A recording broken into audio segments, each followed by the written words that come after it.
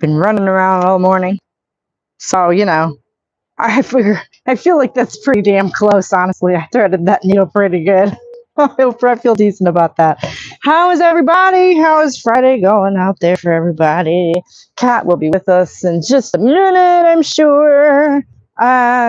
This week we're reading the next chapter from The Death of Nature by, I need to have this written down. The title of the name of the lady who wrote the book. It's very interesting. Excuse me. Going into detailed explanation of how exactly, culturally speaking, we got to the point where we're willing to destroy the planet that we live on. So not the lightest of topics, but definitely riveting. So, and I'm sure she's going to be here any minute now. Oh, and then I will have someone to talk to besides myself. Meantime, there's a kitty. So that's some consolation, right? We may be alone, but we have a kitty. Oh, and a puppy. Hi, puppy. I'm sorry, I can't really play with you right now. I have to work. But you know what I do have? I'll get you a treat. Ooh, no, here. There you go. Oh, he likes it. Good boy. Oh, here she is. Oh, good. Hello, hello, hello, hello. Hello? Oh. Hey. How's it going? Oh my God, girl, I've been so busy. I was a couple minutes late. I do apologize about that. Oh. That's okay. I've been really busy too, so I understand completely. Like, things are just coming up real fast, and it's like, oh my God, it's already the middle of May. Right. It's almost June, for heaven's sake. I can't believe it. I know. I'm trying to I'm like, oh shit, I'm going camping in about 3 weeks or 2 weeks. Nice. I'm like, I have to get that shit ready. Like, I have to go through all my shit. I haven't done that yet. Uh-oh. To make sure I've got everything. And then I got to make plans with you about that too, as well, to see I'm not too sure what day it lands. I'm gonna have to look to see if it's on a Friday or if I'm gonna be here or not. Okay. Well, and just for anyone who's watching who's keeping track at home, if she's not here, I probably just won't do one unless it's a video premiere week, and then I'll jump on to talk about the video and whatever. If we do miss it, it would be one day because it's not like I'm going for a long time. Okay. So. And I was totally about to miss a week because I just plumb forgot until I happily wrote it in my calendar and I looked at it and I was like, oh yeah. We're doing that every week now. Next week is graduation, but it's not till 8:30 at night, so that shouldn't be a problem for this. Yeah. Okay. Hopefully. We don't want to skip too many. Well, next week, you're not going to be on next week. You said you're leaving in a couple weeks, right? No, it won't be till in a few weeks at least. Yeah. I'm leaving. I don't know what day it is, but I'm going to not be here from June 5th to the 9th. Okay. So if Friday is in one of those days. Okay. That's 4 days. The chances are good that one of those is a Friday, but okay. Yeah, so I need to look at my calendar, which of course is in the house. I'm pretty sure it does land on a Friday somewhere in there, so I just can't remember exactly when. I'm pretty sure it does, so we'll figure it out. Yeah, we'll figure that. Yeah. Just doing my mirrors. Oy. Yeah, is that keeping you busy? That is good news. Really busy, because I'm right now in the middle of doing a one of the bigger ones, right? So it's taking me a lot longer, but almost finished that big one. And I've got a lot more supplies I was able to invest in, so I've got so much material now, which is nice. So I don't have to worry about getting more, and I could just come up with things and have a variety and an array of different materials to use. I've got lots of old jewelry now, not to mention just the crystals, and I finished doing up my agates I got from Nova Scotia, so that's pretty much almost done. I think I'll keep those, but yeah. But yeah, I've gotten a bunch of different stuff for that, for the mirrors and stuff. So and I got a bunch of new mirrors I found at the thrift store. So I've got like a stack of them to do, and I'm like, ah. Nice. I never think about mirrors at the thrift store as being like how many you actually really do see. Like kind of tons. Well, I mean, like I'll find like 5 sometimes. Yeah. Like, around there, give or take. Yeah. And they usually aren't like hung up. They're usually like in a corner somewhere. I guess lots of people don't buy a lot of mirrors there. So they just sort of stack them up on like a corner together at the side, like at the end of the store or something. So it's actually really easy to find. Nice. Yeah. Here's a silly question. Do you? It's not scratched, and you're good to go. Right. Yeah. Do you keep them in their frames? Do you reframe them? Do you take them out of their frames and then? I keep them in the frames, and I just rework the frames, right? Because I'm not like a wood person. I'm not going to be cutting wood and nailing that together. I just need a base structure. It doesn't matter how scratched up or damaged the frame is, as long as it's together. Yeah. Like it doesn't really matter other than that, like, because I'm going to be putting stuff on top, right? And I do use industrial strength cement epoxy, so it's gonna stay. That's one of the things that makes it difficult, because when you're doing it with mirrors, you have to make sure none of that shit gets on the fucking mirror, because you're not gonna get it off. Yeah. Oh my gosh. So you have to be very, very careful. And once you like decide placement for where you're gonna put something, you have to make sure that you know because you can't just switch it around, right? And because it dries really fast too, like super. So you have to be very quick. You have to be very, very quick. That's another thing too, because it dries up real fast. Yeah, it's more tedious than it sounds. But no, so, if it's a labor of love, then it doesn't matter. Like you're purchasing mirrors, but you have to be careful with how it's done, right? Because if you get like a little like blop of it somewhere, that's not going to come off.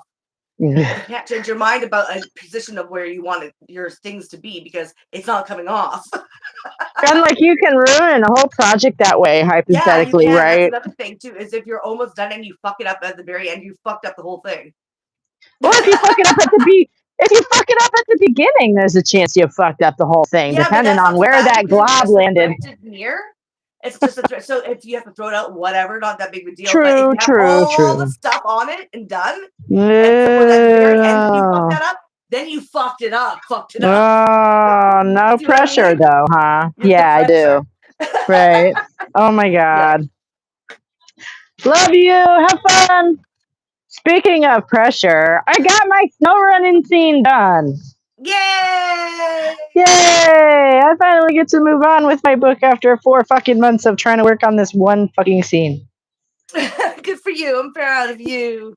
But I think it turned out pretty good. It might have been worth it. I had my son read it, and he said that it made him feel intrigued about the character's struggles. And I'm like, that's actually a really good way of putting what I was trying to accomplish with that. Hot damn! That's good. Good advice. Woo! Good feedback. Woo! Yay! I love all that shite. 4 months for 2 whole fucking pages. Yeah, right. Jesus. Yeah. If it's worth it, if it works, it works. Yeah. It was pivotal, and that's why it took me so long, Yeah.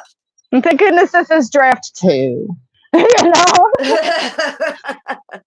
So like most stuff on either side of the scene already exists. I'm not just spinning this from scratch. Holy shit. And I actually need to go back to part 1 and write another scene, which isn't no. It's okay. And the reason that it's okay is because it's for a very specific reason. It's a very specific thing for a very specific reason. And I realized that talking about tedious, that I find to be that would be so tedious for me to try to accomplish. That I could like that constant change, that would be too like chaotic for my brain, I think. Well, see, that's why I have copious notes. I have notebooks, and I organize them kind of obsessively, and yeah. Well, I mean, I organize stuff, but having to rechange like over and over and over again. Oh yeah. Because it wouldn't feel like anything's like, okay, I've got this section done, now I can move on to the next, right? Because you're always constantly having to reform it. That would be just like that would like be really hard for me, I think. Well, it feels more like I like it to be complete in a certain like aspect, and then move on and not have to worry about that aspect anymore. Like, and like little tiny, like, you know, stepping stones, right?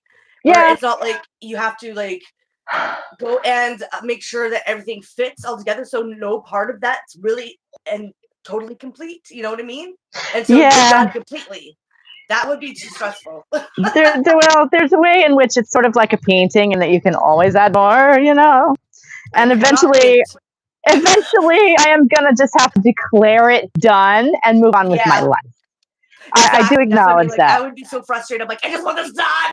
Right. Well, the time that I'm going to declare it officially done is when I'm done with the third book. And I like, on the one hand, I would love to like publish book one and use it to drum up interest for the rest of the trilogy and everything. And then in the back of my mind, I have this like, I'm 5%, which is a low percent, but I'm completely 5% totally certain. Okay. There's this stone, this wrought iron rock in the pit of my stomach that I know that when I get to writing book 3, there's going to be something I want to add to book 1. I just know it. Yeah, exactly. That's what would stress me out. Like, there's no stepping stones. It's all one big step. No, it's like 2 steps forward, 1 step back. It's like a cha-cha. Okay, yeah, I don't like that. I don't want a cha-cha. Don't make me cha-cha. Or it's like a spiral, maybe, you know, where you like keep on passing the same spot over and over again. You do, but from like a slightly different angle. Does that make sense? Yeah, then you're having to fix that, so you have to go back up and like fix that fucking spot, and then go back down again. Well, it's like I can.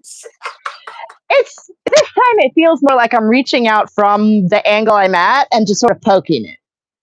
You know, because there's one very specific thing I want to add, that I want to tweak, that I know exactly how it's going to slot into the rest of it, and that's why I need it there. Yeah. So it doesn't have this feeling of, oh my God, this project is getting out of hand. It doesn't feel like that. Well, it's not like out of hand. It'd be frustrating because I wouldn't have like that sense of, okay, complete. It's not organized enough for me. It's not ordered enough for me, right? Right. And the trick is to make the book reading it not feel that way. You know? Yeah. Well, I know, exactly. But like that's the trick. Like, it's gonna feel like a linear time, right? When you're reading it, right? It's gonna be linear for you. It's not the same when you're actually writing it, because you keep having to go back in time. Yeah. Of a story to tweak, right? That's the thing. That's the frustrating thing for me, would be the fact that it's not organized enough. It's not organized at different time slots, right? Like, you're not. That's only half the story. Move on, you know. Like that's only half the story, because I want so badly to get to some of those later plot points, right? Like so badly that I want to add. You know. Yeah. I have just pages of notes of stuff that goes in part 3 and book 2, and you know, book 3 needs basically rewritten in its entirety, so that's gonna be fun. Yeah.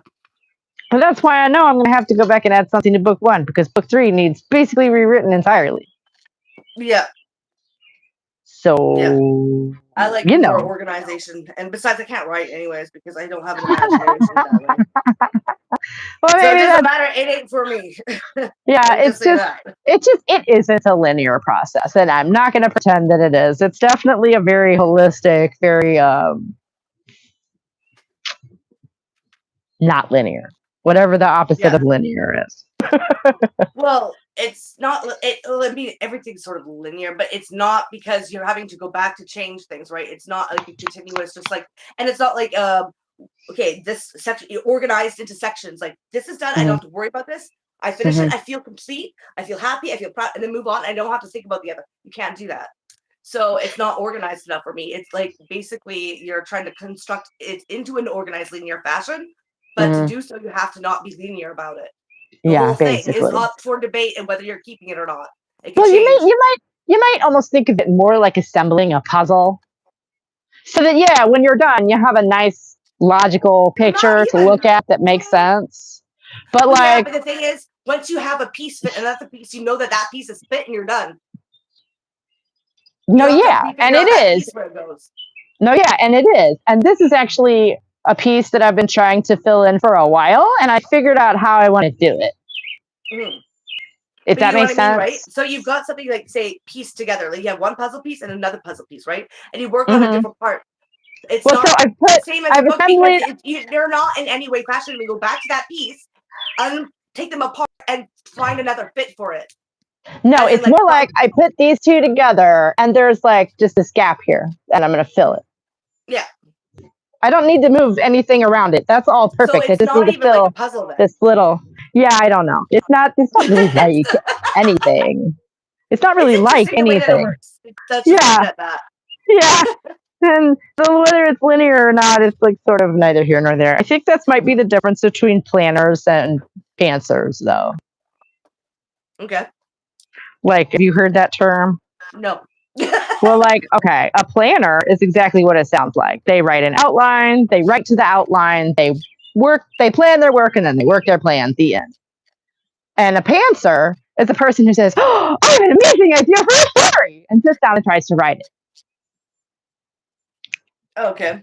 You never heard of that. By the seat of their pants, you know?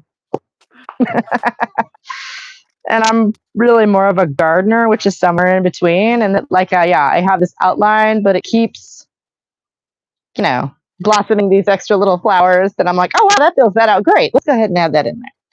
Yeah, I get that. I get the gardener reference. I get that totally. And I'm just working within a very severe. I'm working within I do end up killing things. Well, and like you hear about people like the gardener, I think it was coined maybe by George R.R. Martin. I'm not sure if he coined it, but it's definitely applied to him by like everyone. And apparently his Game of Thrones started out as like a trilogy and has ballooned to like 15 books or some stupid shit like that. And I'm like, wow. I have no clue, I've never watched, I've never been interested in that show ever. He's just one of the biggest names in publishing right now. So, as an aspiring writer, it's kind of stuff that you just pick up, honestly. Yeah. We watched the show. It's like, Never watched it, never had a feeling to watch it, never want to watch it. Yeah, I never would have, except that, like, when I married him, my husband and his mom were already halfway through it, and I was like, okay, sure, this is what we're doing, And then it ended really badly, and I wish I'd never fucked with it. But the point is that the way the man writes has like gotten so out of hand. He started the trilogy literally 30 years ago, and now it's 15 books that he may never fucking finish. Yeah. That's the point I'm trying to make. And like me, yeah, I'm gardening, but it's within this really severe wall of this one person's life. Yeah. There's just only so much that she does or needs to do or can do. Yes, you're not spilling out into 15 other side quests. Exactly. Yeah, I'm not trying to. That there's like 15 books of side quests or something. Oh my god! Yeah. It started out as 3 or 5. I can't remember which, but it has ballooned to the point where like he's like not going to live long enough to finish it unless he lives to be 112. And it's just the kind of thing you look at and you go, that's all I think. Could not be me. Right? Yeah, no, I think the same thing. I'm like, that would not be me. No. I would have to fit it. I would have to complete something. That would fucking no. I could not manage to rack my brain around that aspect of never finishing because I've done too much. Right? Yeah. I would have never gotten out of hand to 15 like side quests. I would have had to complete most of them before I started one. There's just no way. Right. And I think most people, because it should overwhelm me because it's never gonna get complete. Like what the fuck? Right, no, and he's still sitting over there in denial about it. I don't think he's really, People are weird. Yeah, they are. He doesn't seem to really be, because he's a boomer, and they're never gonna die. Fucking boomers. They're never gonna die. Fuck around. Hi, people. There are people here. Oh. And then there's boomers. Yeah, boomer. I can see that. Fucking boomers are crazy. No, you're right. They had the whole world handed to them, and they were like, "What is this?" I know, right? No, that's not even fair. They had the whole world handed to them, and like more. No, they do, and then they complain about like more. How everyone else there is no more. Yeah. Yeah, so bad. I hate that so much. It's like, shut up, boomer. Yeah. Are you gonna be shouldn't you die already? Right. Shouldn't you like retire or some junk? Yeah, go to home, go get fed by some nurse. Let your nurse wipe your butt. Just shut up. Right, and you'd think that there'd be some job security there, but watch Gen X turn the nursing homes over to the AI. Yeah. Oh, finally getting your consequences now, bitches. How the fuck they gonna do that? Exactly, I don't know. How you gonna get AI to wipe somebody's butt? I don't know, but they'll figure it out. They'll figure it out. Oh, they're you can get robots. They'll do robots. Yeah, it's more like crazy lately, like the way that how they're trying to fucking really set down fucking AI data centers is just crazy. Yes. There's been, I think it was, I don't remember how many. I want to say 50. It could have been 100.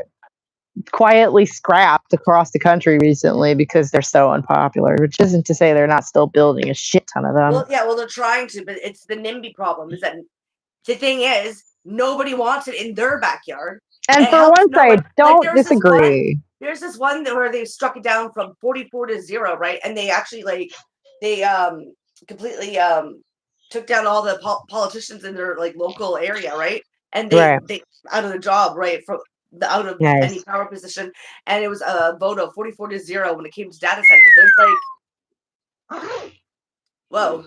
Sorry, that was really loud. I don't know why that was so loud. Oh, okay. And they were talking about they shut down one that was it was gonna be 108 buildings or something like that, and 50 workers for the whole thing. It's it benefits nobody. You're right. They can't even pretend it's gonna create jobs because it ruins the whole fucking acreage. Because you have to destroy every thing on it and level the land. The fucking it takes up all your water. You can't irrigate or anything like that. So food insecurity, it pollutes your fucking the area, right? Because of all the energy needed to sustain it, and it gives nobody work. Right. They can't even pretend it's going to create jobs, which is what they always used to create jobs because it's going to be automated, most of it. It's just the people that work there are the ones taking care of the robots that are actually doing the work.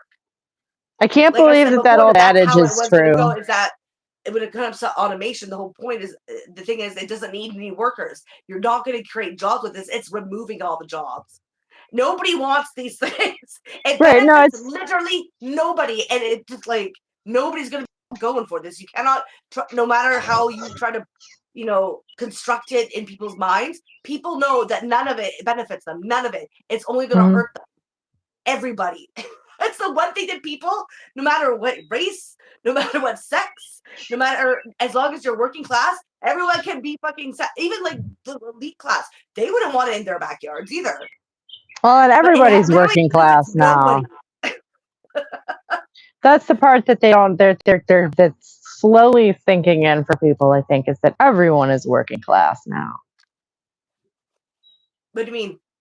I mean, you, me, everyone we know, all of us. We're all working class now. Not Jeff Bezos, obviously. I don't mean those fuckers, but 99% of us. Even upper working, middle class is working class, kind of. Right. No, I know, but so it's there's hardly any of those people anymore. It's mostly working class, and that's the thing. Right. Everybody's there's no cultural or culture war divide over this shit because it's all bad for everyone. We can all something we can actually rally around together. No but so people who even 5 years ago would have called themselves middle class are still paying through the nose for shit now. Oh, yeah, exactly. That's exactly what it is. Yeah. And we're all feeling this pain together, and that's what I mean. I think that there's really, people are starting to realize, hey, wait a minute.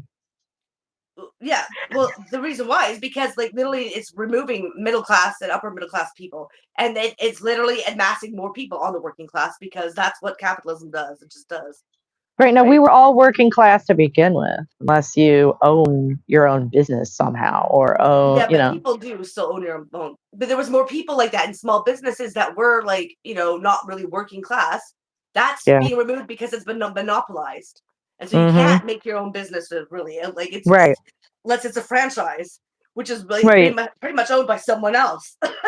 Right. And it's the middle class is the mercantile class. And we all been conditioned to believe that we are members of it if we own a house or something, or we grew up in I don't know.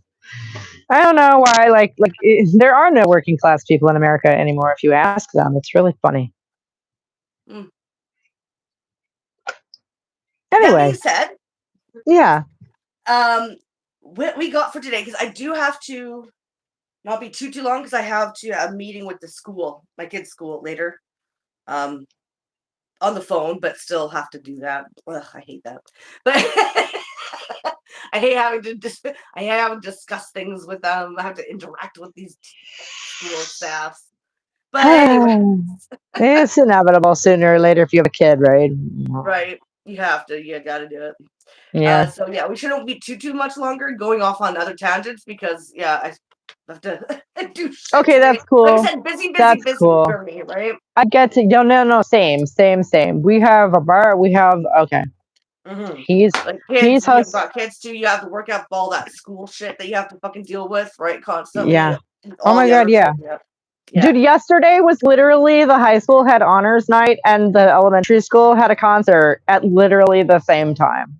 Yeah, right. Everything's kind of come. Yeah, with the coast. Yeah, because it's getting close to the end of school year. Well, like I've discovered something shocking that I don't think anyone maybe I may be the first person to learn this, but I'm pretty sure having a senior in high school and a third grader at the same time is the busiest you can possibly be as a school parent. I think that's it. Why a third grader?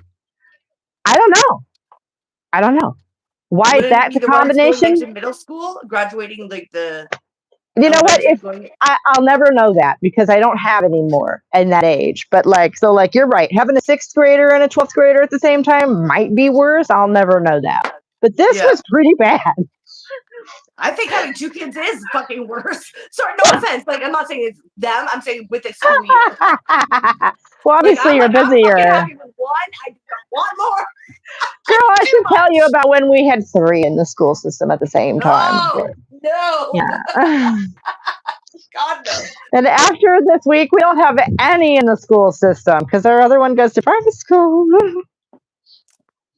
Yeah, that's another thing. She tried to figure out what to tell my kid about, because like they're constantly discussing different career opportunities, like different careers out there, and I don't. Right. I don't. My kid's not completely knowledgeable about what like my beliefs and stuff, and the news and future predictions.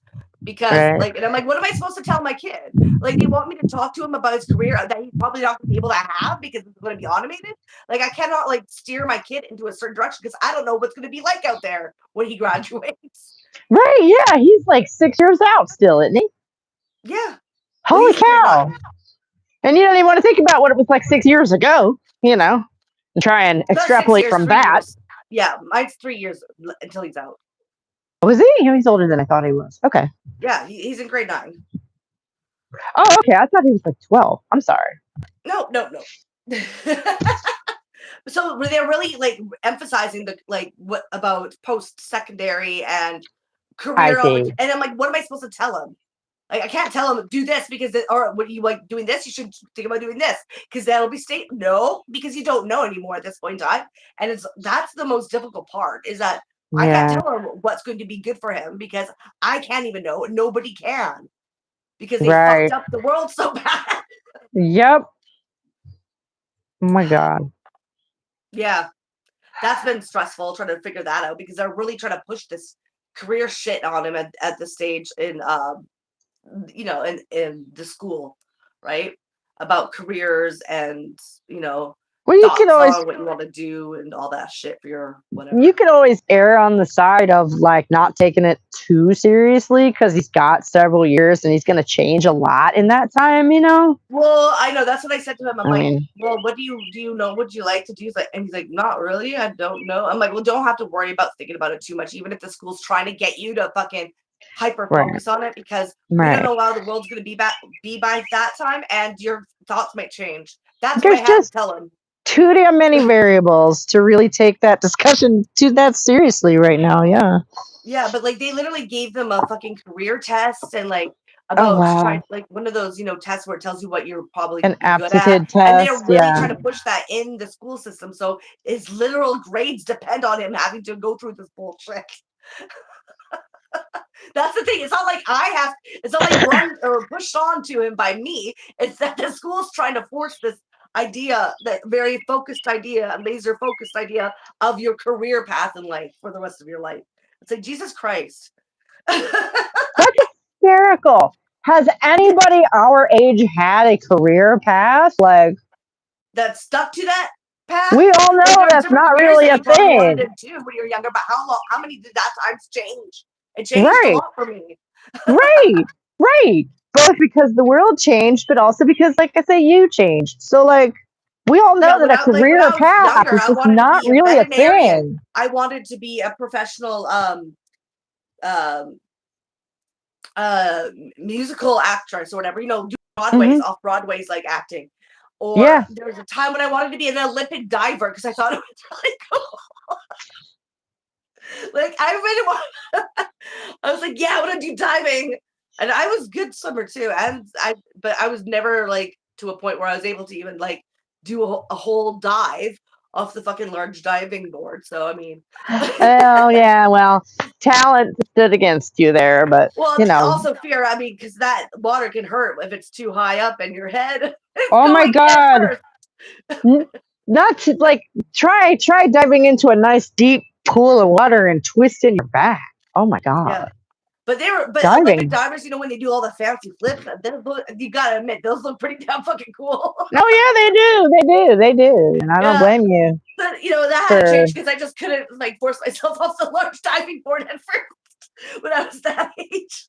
So that changed, but but this is what I mean. There's so many possibilities, and it always changes. So I don't know. Yeah. Anyways, it's difficult do we have people in the chat? We do. We have somebody being an abusive fuck and thinking that like is going to affect anything. I would have mentioned if it was worth mentioning. Oh, okay.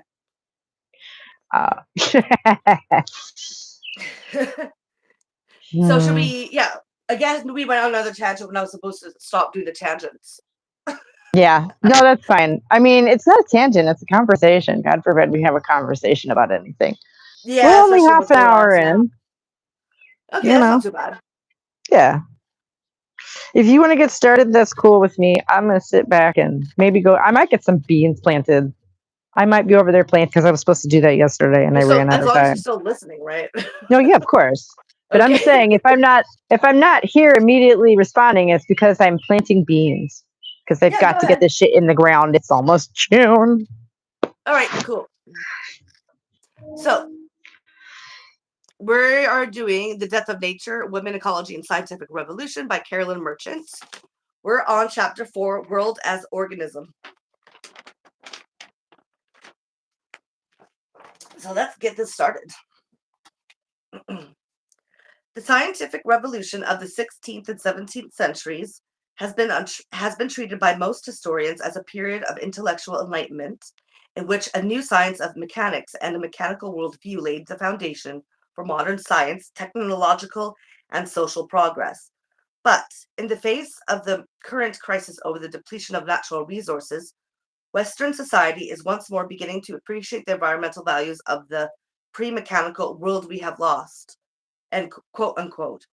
Today, the ecological consequences of exploitative attitudes toward the four elements, earth, air, water, and fire, the ancient sources of life and energy, are beginning to be fully recognized. Along with current challenges to mechanistic technology, holistic presuppositions about nature are being revived in ecology's premise that everything is connected to everything else, and in its emphasis on the primacy of interactive processes in nature. All parts are dependent on one another and mutually affect each other and the whole. Each portion of an ecological community, each niche, exists in a dynamic relationship with the surrounding ecosystem. The organism occupying any particular niche affects and is affected by the entire web of living and non-living environmental components. Ecology, as a philosophy of nature, has roots in organicism. The idea that the cosmos is an organic entity growing and developing from within in an integrated unity of structure and function. Organistic thought contributed to the rudimentary philosophical framework out of which ecological science and the conservation of natural resources developed. The romantics of the early 19th century, reacting against the mechanism of the scientific revolution and the Enlightenment turned back the organismic idea of a vital animating principle binding together the whole created world. American romantics such as Emerson looked to wildness as a source of spiritual insight, while Thoreau found evidence of a vital life permeating the rocks, ponds, and mountains in pagan and American Indian animism.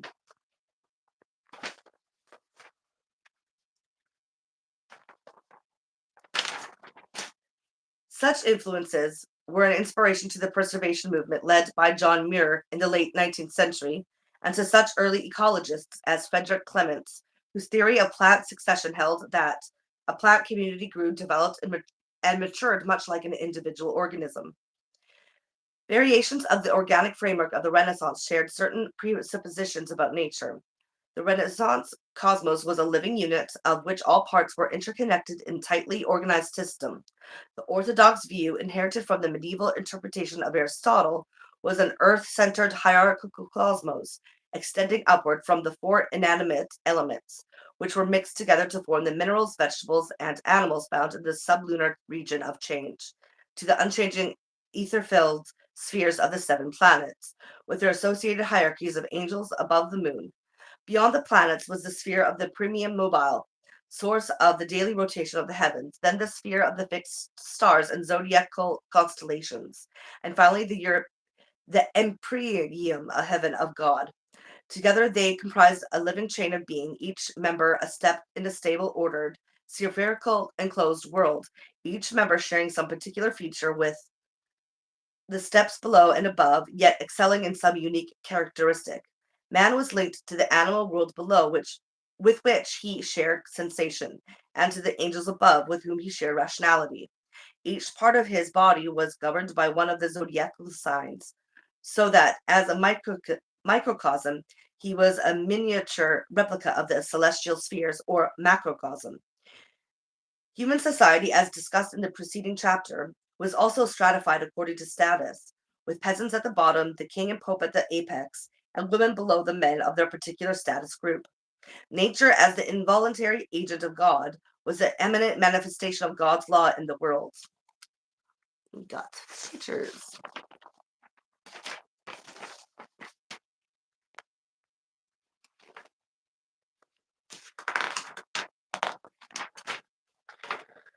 Within this hierarchical system, Renaissance Neoplatonism revived a slightly less orthodox but widely held interpretation of nature as the soul of the world, a voluntary and eminent source of change. Neoplatonic magicians such as Marsilio Ficino, who lived at 1433 to 1499, Giovanni Pico della Mirandello, who lived 1463 to 1494, and Henry Cornelius Agrippa, who lived 1486 to 1535, who attempted to draw down celestial influences to produce changes on Earth, asserted a hierarchical system based on a distinction between matter, soul, and spirit. The activity of the world soul, or anima mundi, was transmitted by the world spirit, spiritus mundi, to matter, infusing material objects with life and form. As cultural developments challenged Aristotelian authority and economic changes undermined the established social order, more radical organic philosophies emerged, stressing change over structure and force over form. Naturalists, including Bernardino Telesio, who lived 1509 to 1588, Tommaso Campanella, who lived from 1568 to 1639, and Giordano Bruno, who lived 1548 to 1600, unified the world's soul and spirit into a single all-pervasive living entity, distinct from matter but coordinal with it, while asserting change as the dialectical opposition of contraries.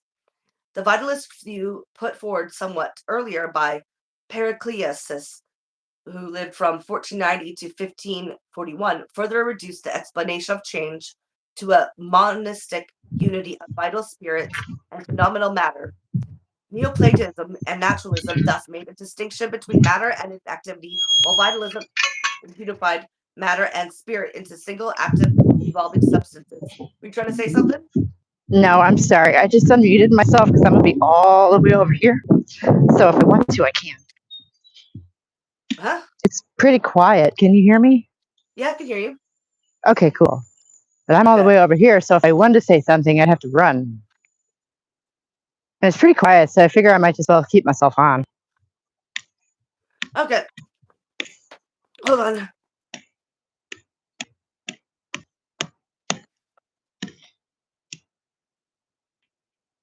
Okay, so I'm just going to find out where it was. Okay. But the cluster of ecological, commercial, technological, and social... Okay, I can't hear. What are you doing? I'm sorry. I'm clubbing the dirt. I'll mute myself again. I'm sorry. Okay. That's so weird. Okay. But the cluster of ecological, commercial, technological, and social changes evolving during the 16th and 17th centuries continued to differentiate among these philosophies. Can you pause? Or can you mute? That's the gate. I'm coming. I'm sorry. Here we go. Okay. Starting again. But the cluster of ecological, commercial, technological, and social changes evolving during the 16th and 17th centuries continued to differentiate among these philosophies, with the result that some of the above assumptions about the organic world were criticized and transformed by the emerging mechanical philosophy of the mid-17th century, while others were rendered implausible and rejected. Mechanism, which superseded the organic framework, was based on the logic that knowledge of the world could be certain and consistent, and that the laws of nature were imposed on creation by God. The primacy of organic process gave way to the stability of mathematical laws and identities. Force was external to matter rather than immanent within it. Matter was corpuscular, passive, and inert. Change was simply the rearrangement of particles, as motion was transmitted from one part to another in causal nexus. Because it viewed nature as dead and matter as passive, mechanism could function as a subtle sanction for the exploitation and manipulation of nature and its resources.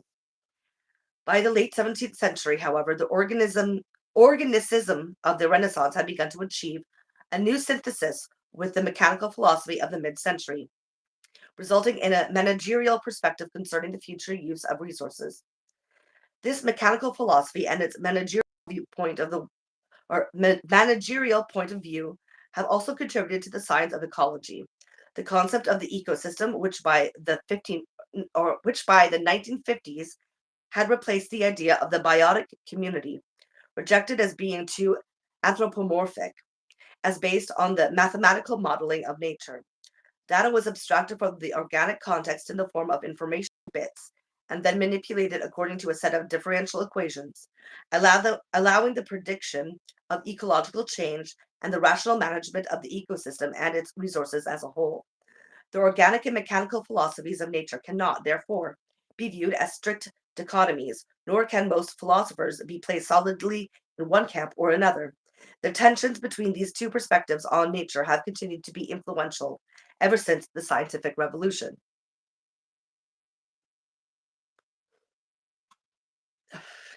Organic unity. Organic thought in the Renaissance had its roots in Greek concepts of the cosmos as an intelligent organism, which, when revived and modified, were assimilated into the consciousness of the 15th and 16th centuries. Three root traditions became the basis for later syncretic forms of organicism: Platonianism, Aristotelianism, and Stoicism. Each of these organic traditions differed in important respects, so that when synthesized with other systems such as Hermeticism, Gnosticism, Neoplatonianism, and Christianity, they produced a spectrum of Renaissance organismic philosophies. Common to all was the premise that all parts of the cosmos were connected and interrelated in a living unity. From the affinity of nature resulted the bonding together of all things through mutual attraction or love. All parts of nature were mutually interdependent and each reflected changes in the rest of the cosmos. The common knitting of the world's parts implied not only mutual nourishment and growth, but also mutual suffering. Quote, when one part suffers, the rest also suffer with it, end quote. wrote Giambattista della Porta, who lived 1535 to 1615, or as Paracelsus expressed the idea, quote, if anything suffers from the error of the elements, other things grow uncertain too, and the defects and errors of the firmament can be observed by us, no less than the firmament observes our defects, end quote. Astrologer John Dee, who lived 1527 to 1628, presupposed a harmonious universe in which celestial rays from the stars and zodiacal signs interacted with each other to produce different effects in each natural object. Excuse me, hold on.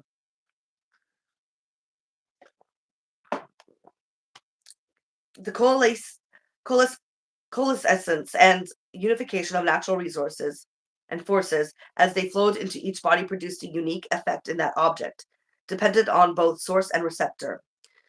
The organic unity of the cosmos derived from its conception as a living animal, a vast organism, everywhere quick and vital. Its body, soul, and spirit were held tightly together. As Della Porta put it, quote, the whole world is knit and bound within itself. For the world is a living creature, everywhere both male and female, and the parts of it do couple together by reason of their mutual love, end quote. All parts of this world, even the metals, contained life and were nourished by the earth and sun. Bernardino Talasio wrote that, quote, those things which are made in the depths of the earth, or those which derive or grow therefrom, the metals, the broken sulfuric, bituminous, or nitrogenous rocks, and furthermore those sweet and gentle waters, as well as the planets and animals. If these were not made of earth by the sun, one cannot imagine of what else or by what other agent they could be made, end quote. His follower Campanella affirmed the vitality of the elements and the pervasive life and feeling of the entire cosmos. Quote, now, if animals have, as we all agree, what is called sense or feeling, and if it is true that sense and feeling do not come from nothing, then it seems to me that we must admit that sense and feeling belong to all elements which function as their cause, since it can be shown that what belongs to the effect belongs to the cause. Consider then the sky and earth and the whole world as containing animals in a way in which worms are sometimes contained in the human intestines. Worms or men, if you please, who ignore the sense and feeling in other things because they consider it irrelevant with respect to the so-called knowledge of entities, end quote. As the 16th century organic cosmos was transformed into the 17th century mechanistic universe, its life and vitality were sacrificed for a world filled with dead and passive matter. By examining variations in Renaissance philosophies of nature and their social contexts, we can see the process by which some assumptions were transformed and retained, while others were criticized and rejected. Neoplatonic natural magic. Neoplatonic natural magic presupposed a hierarchical cosmic structure and assumed that earthly changes were influenced by the celestial heavens and could be produced artificially by the human manipulation of natural objects in which these influences inhered. It originated as an elite aristocratic form of the magical worldview in the Florentine Platonic Academy in the late 15th century. A revival of Neoplatonic philosophy and an interest in the writings of Hermes Trismegistus took place under the sponsorship of the wealthy Medici family, who had obtained an aristocratic status through the commercial manufacture and trade of wool and silken goods, baking operations, and mine management. The Florentine Academy, which they funded, was a private community of scholars pursuing, outside the university structure, studies of a hierarchical cosmos in which changes could be effected by the manipulation of natural objects. The Academy supported Ficino and visiting Neoplatonic scholars such as Pico della Mirandola. The study of Neoplatonic magic was consistent with a conservative interest in the reassertion of status in the hands of the prestigious and powerful class of wealthy Florentine bankers, merchants, and international traders in an economy that had peaked and ceased to expand after the mid-15th century. As increasing competition in foreign markets began to reduce profits, the elite began to exhibit a preference for gentlemanly rather than entrepreneurial lifestyles. They broke away from traditional ascetic restraints and began to indulge in extravagances that asserted an aristocratic status within their society. The Medici Academy reflected an increasing tendency in late 15th century Florentine culture for learning to be supported by the private rather than the public sector, and for education to become exclusive and aristocratic.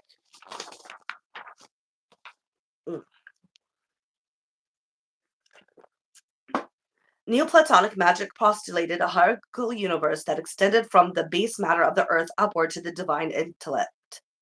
It accepted the tripartite division of the macrocosmic world into body, soul, and spirit, the components of a living organism. The divine mind beyond the visible cosmos was the seat of the Platonic forms, the pure ideas of which sensible corporeal objects were merely imperfect copies. The female soul of the world was everywhere present, and, as in Plato's Timaeus, was the source of motion and activity in the macrocosm. It contained the celestial images of the divine ideas. The world's body was its matter, the elements out of which corporeal objects were generated. Linking the celestial images in the world soul to the matter in the body was the world spirit. The Spiritus Mundi was the vehicle by which the influences of superior powers in the celestial realm could be brought down and joined to the inferior powers in the terrestrial region.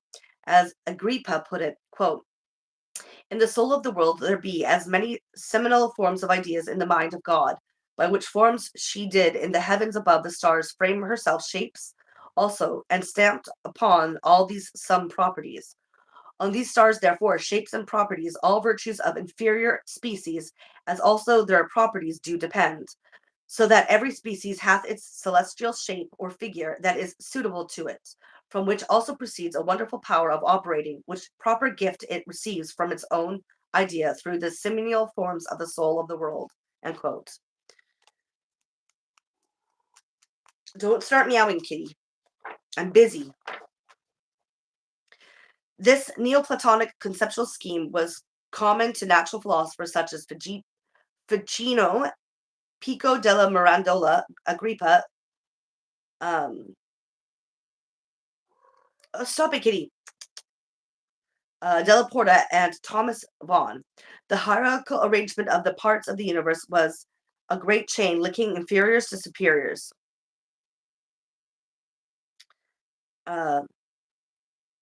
Quote, "For so inferiors are successfully joined to their superiors that there proceeds an influence from their head, the first cause, as a certain string stretched out to the lowermost things of all, of which string if one end be touched, the whole doth presently shake." End quote. Della Porta illustrated the role of the golden chain in the operations of the Magus, who, quote, "marries and couples together inferior things," end quote, by means of the powers they receive from their superiors.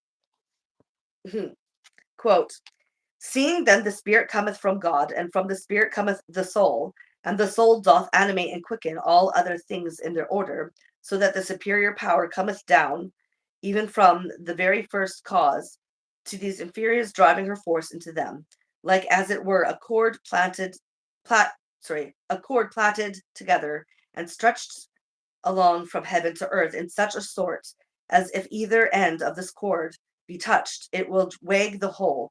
Therefore, we may rightly call this knitting together of things a chain, wherein he findeth that all the gods and goddesses have made a golden chain, which they hanged above in heaven, and it reacheth down to the very earth." End quote.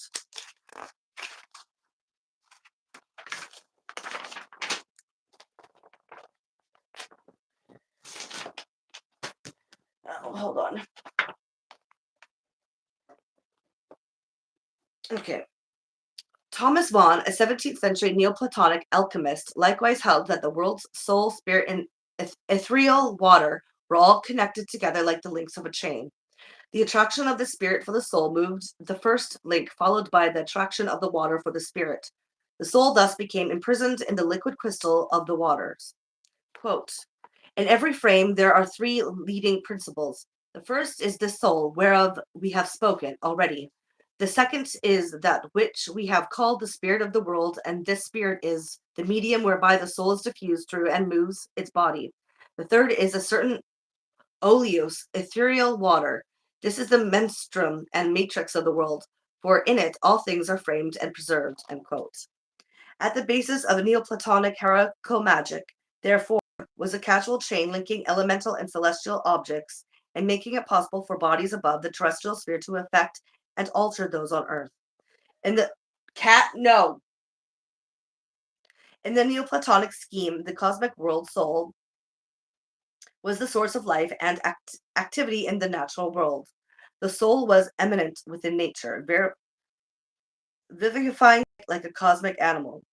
Matter was distinct from both the world's soul and its spirit. Agrippa held that the soul was the source of the world's power, while matter was inactive. Quote, now seeing the soul is the first thing that is movable and, as they say, is moved of itself, but the body or the matter is of itself unable and unfit for motion and doth degenerate from the soul. End quote. Likewise, for Thomas Vaughan, the principle of motion was the soul of the world, trapped by matter and struggling for freedom. He considered the Aristotelian notion of a substantial form too limiting and absurd to be the source of motive power. Motion was caused by a principle internal to the macrocosmic world, the animal mundi. But like the other Neoplatonists, Vaughan considered matter to be, quote, merely passive and furnished with no motive faculty at all. Hold on, let me just check something. My stupid phone's dying. Hold on.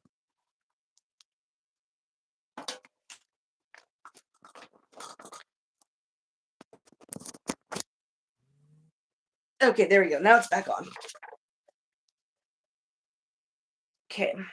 Although the ultimate source of activity in the Neoplatonic world picture was the animal mundi, or anima mundi, which was connected to earthly objects by the spiritus mundi, changes in particular natural objects were induced through occult properties. The natural magician drew a distinction between elementary qualities, the properties of matter, and occult properties, those derived from the stars and infused into natural objects by the spiritus. These occult virtues were more powerful than elementary virtues because they contained more form and less materiality. The occult properties had the power to generate their like to make the objects like and suitable to themselves. Since an excess of occult virtue in any object could generate a like quality in another, plants or animals containing strong virtues could be utilized to produce the desired property. See how they changed it as it goes along into more control methods? Interesting. For example, quote, any animal that is barren causeth another to be barren, and of the animal, especially the generative parts, if at any time we would promote love, get away, cat. Let us seek some animal which is most loving, of which kind are pigeons, turtles, sparrows, swallows, wagtails, and in these take those members or parts in which the vital virtue is most vigorous, such as the heart, breast, and also like parts. In like manner, to increase boldness, let us look for a lion or a cock, and of these let us take the heart, eyes, or forehead. End quote.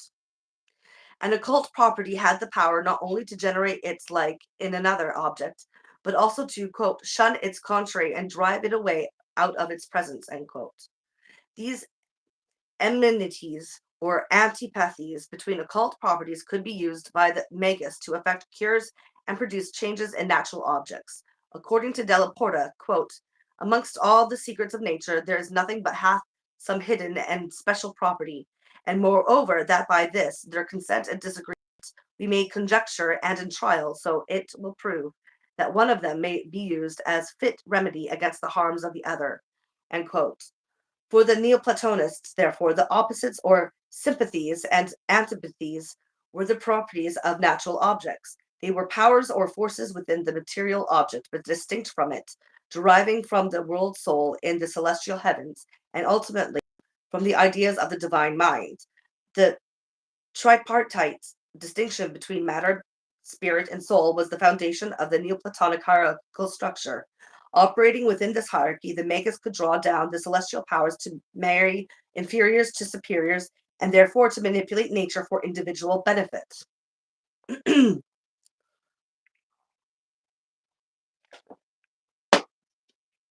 Condemned by the Catholic Church in the 16th century as heretical, Natural magic was based on assumptions such as the manipulation of nature and the passivity of matter. These assumptions were ultimately assimilated into a mechanical framework founded on technological power over nature for the collective benefit of society. The Renaissance makers, as an operator and arranger of all natural objects, became the basis of a new optimism that nature could be altered for human progress. In the organic worldview, the concept of nature as a living entity had limited the scale of power to individual needs and group benefits such as spiritual fulfillment, healing, the growing of crops, and the manufacture of tools. For the Neoplatonic magician, the upward Gnostic ascent aimed at greater intellectual insight and spiritual regeneration. Knowledge and power could be obtained through a union with the understanding and intellect of God. Quote, no one has such powers but he who has cohabited with the elements, vanquished nature, mounted higher than the heavens, elevating himself above the angels to the archetype itself, with whom he then becomes cooperator and can do all things, end quote. But power obtained by such methods was restricted to each individual. It was an experience which could not be shared or transferred except through initiation. Della Porta portrays the magician as nature's assistant in the cultivation of crops and breeding of animals, nature being the operator, the magician preparing the way. Quote, wherefore, as many of you as come to behold magic must be persuaded that the works of magic are nothing else but the works of nature, whose dutiful handmaid magic is, as in husbandry, it is nature that brings forth corn and herbs, but it is art that prepares and makes way for them. Hence it was that Antiphon the poet said that we overcome those things by art wherein nature doth overcome us. And Plotinus calls a magician such a one as works by the help of nature only and not by the help of art, end quote. But although the magician is depicted here as nature's helpmate, the idea of altering and changing nature is also important to Della Porta's natural magic.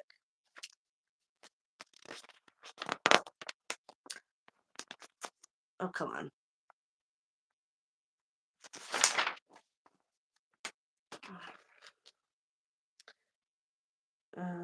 Much of his book is devoted to the production of new plants, the generation of animals, and the changing of metals. How, quote, an oak may be changed into a vine, end quote. How to generate an apple compounded of a peach apple and a nut peach, and how to breed new kinds of living creatures of diverse beasts by carnal copulation. He writes, quote, art, being as it were nature's ape, even in her imitation of nature, effecteth greater matters than nature doth. Hence it is that a magician being furnished with art, as it were, another nature, searching thoroughly into those works which nature doth accomplish by many secret means and close operations, doth work upon nature, and either hastens or hinders her work, making things right before or after their natural season, and so indeed makes nature to be his instrument, end quote. Although Della Porta considered himself to be the humble servant of nature working within its seasons and growing periods, aping and emulating its organic processes in order to perfect and hasten them, such manipulations, when assimilated into the utilitarian framework of Francis Bacon, would become instead techniques for control. Mechanism removed the organic substratum and substituted a mechanical framework for the same operations. And although the mechanists too were limited by the laws of nature and operated within them, quote, commanding nature by obeying her, end quote, they were free of the ethical strictures associated with the view of nature as a living being.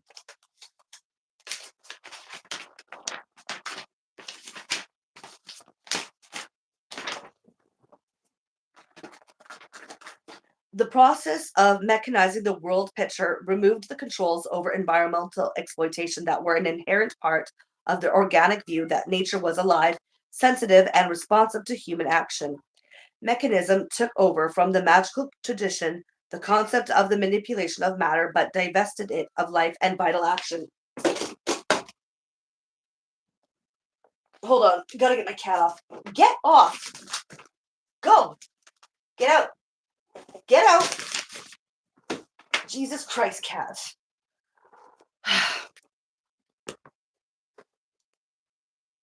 Now, where was I? Okay. The passivity of matter, externally of motion, and elimination of the female world soul altered the character of cosmology and its associated normative constraints. In the mechanical philosophy, the manipulation of nature ceased to be a matter of individual efforts and became associated with general collaborative social interests that sanctioned the expansion of commercial capitalism. Increasing, no, hold on. Yeah, move, go away, go upstairs. You're knocking down everything. Yeah, you're knocking down everything. Pay attention to me. Pay attention to me. Well, she knocked down my whole curtain rod, and with my curtains on my windowsill, and she's just knocking shit over. She wants attention. Yep. Jesus. Okay. Cats are such Give me a sec. brats. I'm just gonna put that curtain back up, and I'm gonna close the door so that she can't come in. She's knocking shit. They're such brats. Oh my god. Well, I know. Am I even gonna be able to fit this up here? I think so. Good enough. Okay, hold on. Give me 2 seconds. I'm just gonna throw the cat upstairs and close the door. Get upstairs. Upstairs. Yeah, you know your shit. Come in. Come here. Okay, well, I'm not playing a game. She thinks I'm playing a game with her, so she thinks she's like chasing me around, or I'm chasing her around. She's like having a gay old time now. Okay. Close the door, at least to this room. Now, where was I? Okay. Mine's sneaking over on my lap, thinking she's gonna get my sandwich. Yeah. Okay, where was I? Don't throw the cat, says Donald Mouse. Maybe too late. Yeah, right. Okay. Increasingly, it benefited those persons and social classes in control of its development, rather than promoting universal progress for all. It was intimately connected to an empirical philosophy of science and a concept of the human being as a designer of experiments who, by wresting secrets from nature, gained mastery over its operations. And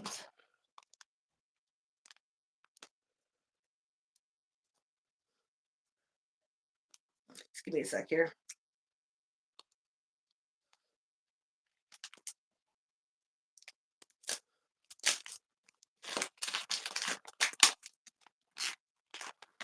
Naturalism.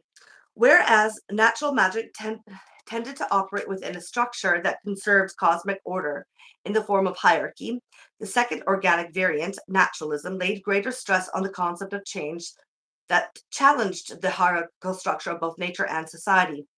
Renaissance naturalism, developing from within the Aristotelian framework, exposed it to a radical critique. The ultimate terms of philosophical explanation were reduced to two: the material substratum and the dialectical opposition of contraries. Naturalism differed from Neoplatonism in that the contraries were principles of change rather than properties of matter. The lack of a distinction between the world, soul, and spirit broke down the Neoplatonic hierarchies, utilizing only one category to account for natural changes.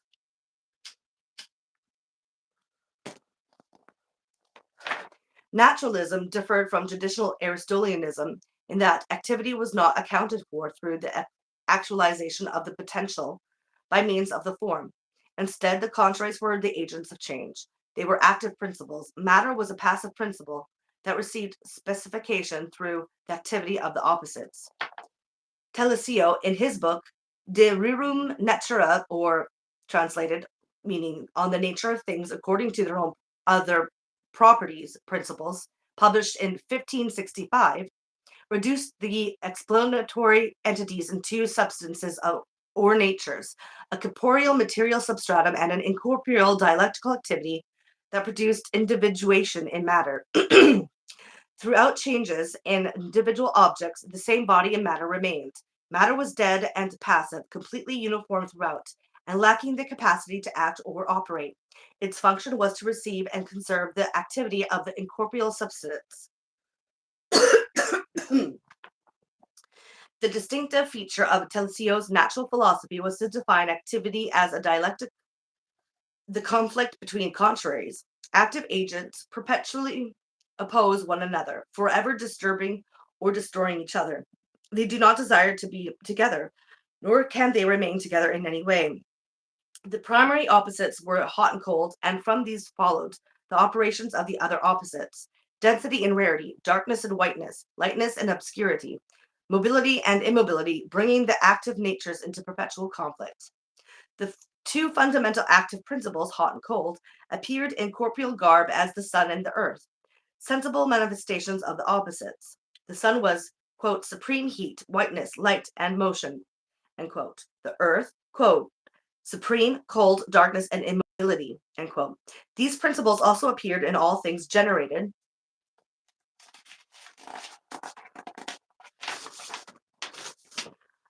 out of the earth and sun or sky in reduced or diminished form. In generated objects, the opposites interpenetrated and caused change, while in the sun and earth they were primary, supreme, self-constituted, and independent. Each natural organism developed in accordance with its own nature, while its motion benefited and maintained the harmony of the whole.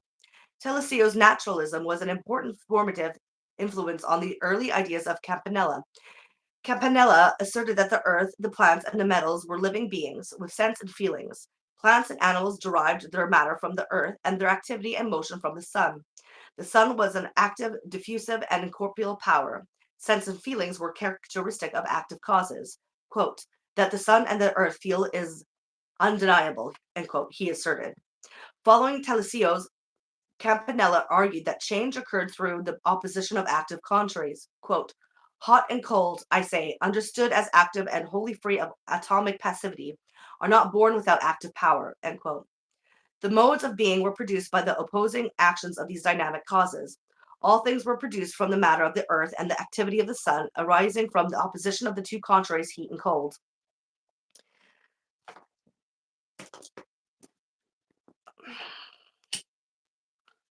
Campanella criticized the atomic theory of the ancient philosophers Democritus and Lucretius on the basis that the mingling of inert, passive, and sentient particles cannot give rise to beings with feelings and sensations. For the atomists, he observed heat and cold were not active principles within matter, but were produced instead by mechanical coupling. Quote, heat is born from those atoms which are sharper, and cold from those which are obtuse, while the soul is born of the round ones, end quote. The basic dynamic of the opposition of hot and cold was extended to a general theory of dialectical process in the philosophy of Giordano Bruno, who synthesized Neoplatonic and Stoic ideas. From an early Neoplatonist phase, he moved to the view in his Expulsion of the Triumphant Beast, published in 1584, that two universal substances, one corporeal and one material, the other incorporeal and spiritual, explain change. The soul and spirit of the Neoplatonists were fused into a single active substance, a world soul or inner principle of motion, while prime matter was its passive corporeal opposite. Matter was not created ex nihilo, nor could it return to nothingness. It was, quote, ingenerable and incorruptible, end quote. It was arrangeable and fashionable, and a divine mother of all things. The active substance or universal spirit did not mix by composition with matter, but had the power to hold matter intact, keep its parts united, and maintain its composition. Quote, it is exactly like the helmsman of the ship, the father of the family at home, and an artisan who is not eternal but fabricates from within, tempers and preserves the edifice. It winds the beam, weaves the cloth, interweaves the thread, restrains, tempers, gives order to, and arranges and distributes the spirits, end quote.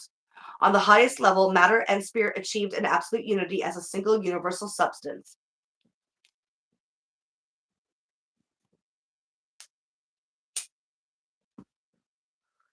Change was the unification and opposition of contraries.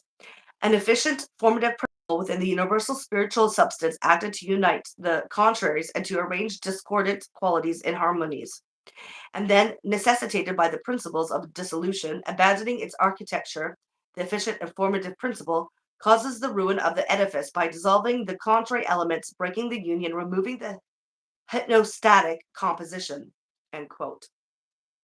Bruno's character of Sophia, ancient priestess of Gnostic wisdom, puts forth his ideas on the unification and dissolution of contraries in the expulsion of the triumphant beast. The transit between states defines the reality in change. One condition has meaning only in terms of its opposite. Pleasure becomes meaningful in terms of past boredom. Walking in terms of previous sitting, satiety with respect to hunger. Quote, association with one food, however pleasing, says Sophia, quote, is finally the cause of nausea. Motion from one contrary to the other through its intermediate points comes to satisfy us. And finally, we see such familiarity between one contrary and the other that the one agrees more with the other than like with that like. End quote. Responding to Sophia, Bruno's Salino pointed out that it is no small thing to have discovered the principle of the coincidence of contraries, and that it is the magician who knows how to look for them. Everything comes, quote, from contraries through contraries into contraries to contraries, and where there is contrary, there is action and reaction, there is motion, there is diversity, end quote. Reality was thus defined in terms of activity and process. Cosmic unity was maintained through the coming together and dissolution of opposites. The source of activity in nature was the universal spirit, the eminent activity of God within nature. Man, they really like to posture, eh? And that is like one giant pile of black and white thinking, is it not? Yeah, right? Wow. Like it, and then it just gets accumulated and like sort of forms this fucking explanation and justification of such exploitation, right?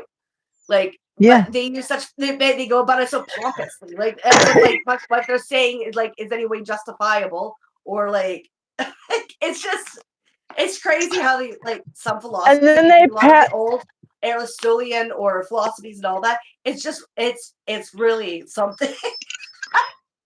Well, I mean, I guess you got to be arrogant to try and come up with like an answer to an unanswerable question that no one has ever tried to answer before. So back in the day, it was probably peak ego, right? Mm-hmm.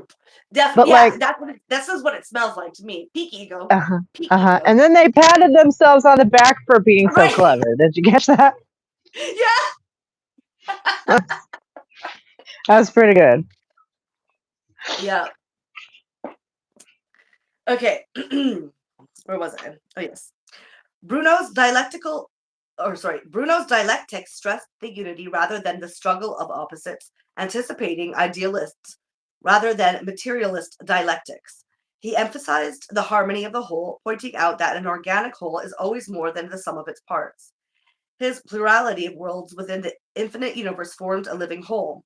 Quote, it is not reasonable, he wrote, to believe that any part of the world is without soul, life, sensation, and organic structure, end quote. In his claim for the existence of innumerable other worlds, Bruno assigned no prime position to the human species and held that nature was everywhere uniform. Quote, the ruler of our earth is not man, but the sun, with a life which breathes in common through the universe, end quote. In questioning the uniqueness of the Earth-Sun system, in emphasizing change, and in unifying the Neoplatonic soul and spirit into a single active principle, Bruno challenged the hierarchical concepts of the cosmos. Well, at least he did that. In the final phase of his philosophy, Bruno focused on individual active substances or minimal units in nature. These soul-driven atoms or monads of different degrees applied not only to corpuscles of matter, but to planetary systems, the world soul, God, and the universe as a whole. The monads of one degree could include those of another degree within them, and all were parts of the same underlying substance. The distinctive feature of the naturalist philosophy was the dialectical process as the key to both the organic unity of nature and its eminent self-motion. Nature was constantly growing, changing, and evolving organisms. Naturalism thus postulated a more radical interpretation of change than Neoplatonism, and more strongly reflected the breakup of the hierarchical social order and the movement to question the received authority of Aristotle. Toward the end of the 16th century, the desire for a political overthrow of Spanish tyranny in Naples and emerging class conflicts contributed to the interest in change developed by Neapolitan intellects and intellectuals. The philosophy of the naturalists arose during troubled changing times in the province of Calabria in southern Italy. Telesio, Campanella, and Bruno were all products of Naples and its surrounding towns during the era of Spanish control. A period of economic insecurity, popular political movements, and insurrections against Spanish oppression created an atmosphere conducive to the development and acceptance of the radical theories of nature espoused by the naturalists, according to historian Rosario Villarreal. Quote, hunger, riots, appeals to the example of Flanders, religious anxiety, banditry, messianic visions, free thinking, and libertinism. All these are expressions of an extraordinary tension during these years. They are not individual aspects of a single historical process consciously directed toward a precise goal, but they do have something in common: the radical rejection of the entire established order and the reflection of a feeling of helplessness among the oppressed. End quote. In the latter decades of the 16th century, the availability of jobs in Naples had decreased. Wages had declined markedly with respect to prices, and from mid-century on, all vagabonds had been classified as delinquents. Reforms introduced by the Spanish viceroy in 1548 had already reduced the accustomed participation of artisans and plebeians in city affairs. Rentiers, grain merchants, and farmers of the privileged middle class were gradually being assimilated into the aristocracy that ruled the city. During the earlier years of this period of oppression and arrest, Bruno was in Naples, living at first with his uncle, and then from 1563 to 1576, studying in the cloister of St. Dominic and visiting libraries in neighboring monasteries. Telesio, who published 3 editions of his De Rerum Natura between 1565 and 1586, had begun his lecturing career at Naples and eventually founded his academy in Cosenza, the city of his birth, south of the provincial capital. Here, his system of naturalism was studied and expanded. Under the rule of the Spanish viceroys, matters in Naples grew steadily worse. An increase in the price of bread in 1585, brought about by an alliance between the city's ruling nobility and the provincial grain producers, touched off an insurrection. The organizer was Giovanni Leonardo Pisano, a pharmacist and the teacher of Della Porta. People who met in Pisano's laboratory engaged in various conversations concerning the viceroy, and Pisano himself was associated with the political social circles around the naturalists. From 1585 until 1599, revolt planned and executed by Campanella, the entire area was in a state of restless upheaval, tension, and agitation. Campanella prepared for his attempt to overthrow Spanish tyranny by lecturing to the people of the region on his vision of a new society based on the spiritual eminence of God within nature, communal ownership of property, and rule by brotherhood. Revolt failed when, as noted earlier, Campanella was arrested and thrown into prison in 1599. In 1600, Bruno was burned at the stake in Rome by the Inquisition for his challenges to the medieval earth-centered cosmology. And I thought that name sounded familiar. Sorry. Yeah, Campanella. Yeah, that's the cold. No, Bruno. Bruno. Well, yeah, famous. And he's a famous heretic too. Yeah. But it's funny too. But it's also interesting too because they don't even take into well, they sort of do, but don't take the idea that women shouldn't bear the burden of their bodies, basically. You know what I mean? Because we read all their whole ideas of what society they sought, right? Yeah. And there's still this sort of logic of women bear the brunt of reproductive labor. Right. Right. So how really radical was it? I mean, it was radical for the time, but they still had this underlining foundation of women as the burden. Yep. Woman as breeder. Ooh. Yeah, basically. Anyways, yeah. So, okay, yeah. So Bruno was burned at the stake in Rome by the Inquisition for his challenges to the medieval Earth-centered cosmology and for his assertion that other sun-planet systems existed.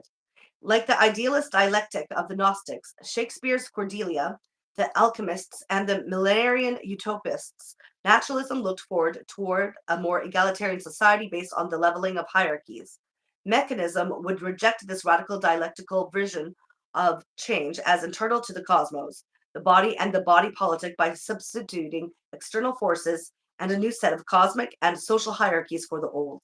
At the same time, the mechanists would assimilate and transform ideas such as Campanella's and Bruno's manipulative magic into a philosophy of power over nature and would ultimately accept the Copernican, thank you, my tongue, sun-centered cosmos, the infinite universe, other sun-planet systems, and the uniformity of space. So yeah, they just used like pieces that would fit their narrative. Like all this fucking posturing, I swear.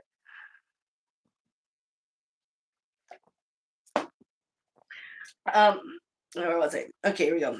Vitalism. The most radical analysis of activity in nature was put forward by Paracelsus. Damn these names. All right. Paracelsus. Sorry. What? Paracelsus.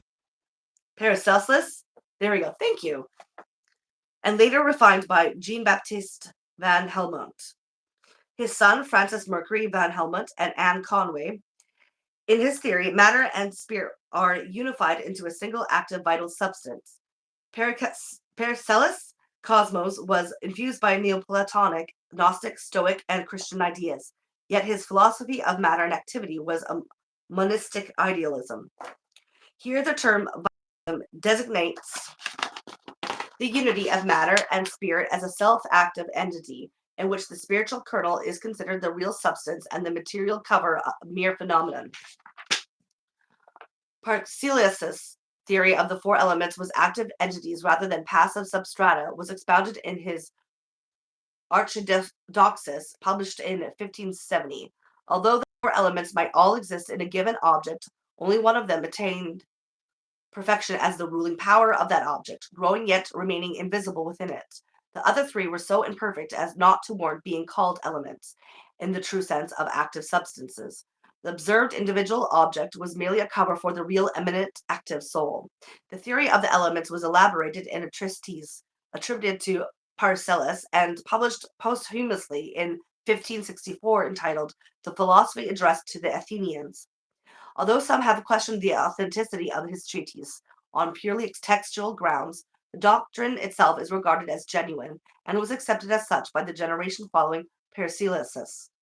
Here, the four elements were essentially spiritual, self-active forces with a self-determining principle, or archeus, guiding their unfolding lives through time. The observable, sensible elements and material objects were merely gross manifestations of the subtle soul that was the element itself. By cosmic separation, the elements were generated from the uncreated Mysterium Magnum, the great mystery or first mother of all creatures, and folded back into it at the end of created time. Each element formed a world of its own, and each of the four worlds developed and evolved interdependently of the others through a consensus of actions. The elements did not mix in composition, but existed simultaneously and independently in each individual object. The predominant element in the object determined the world to which it belonged and became its guiding kernel of soul.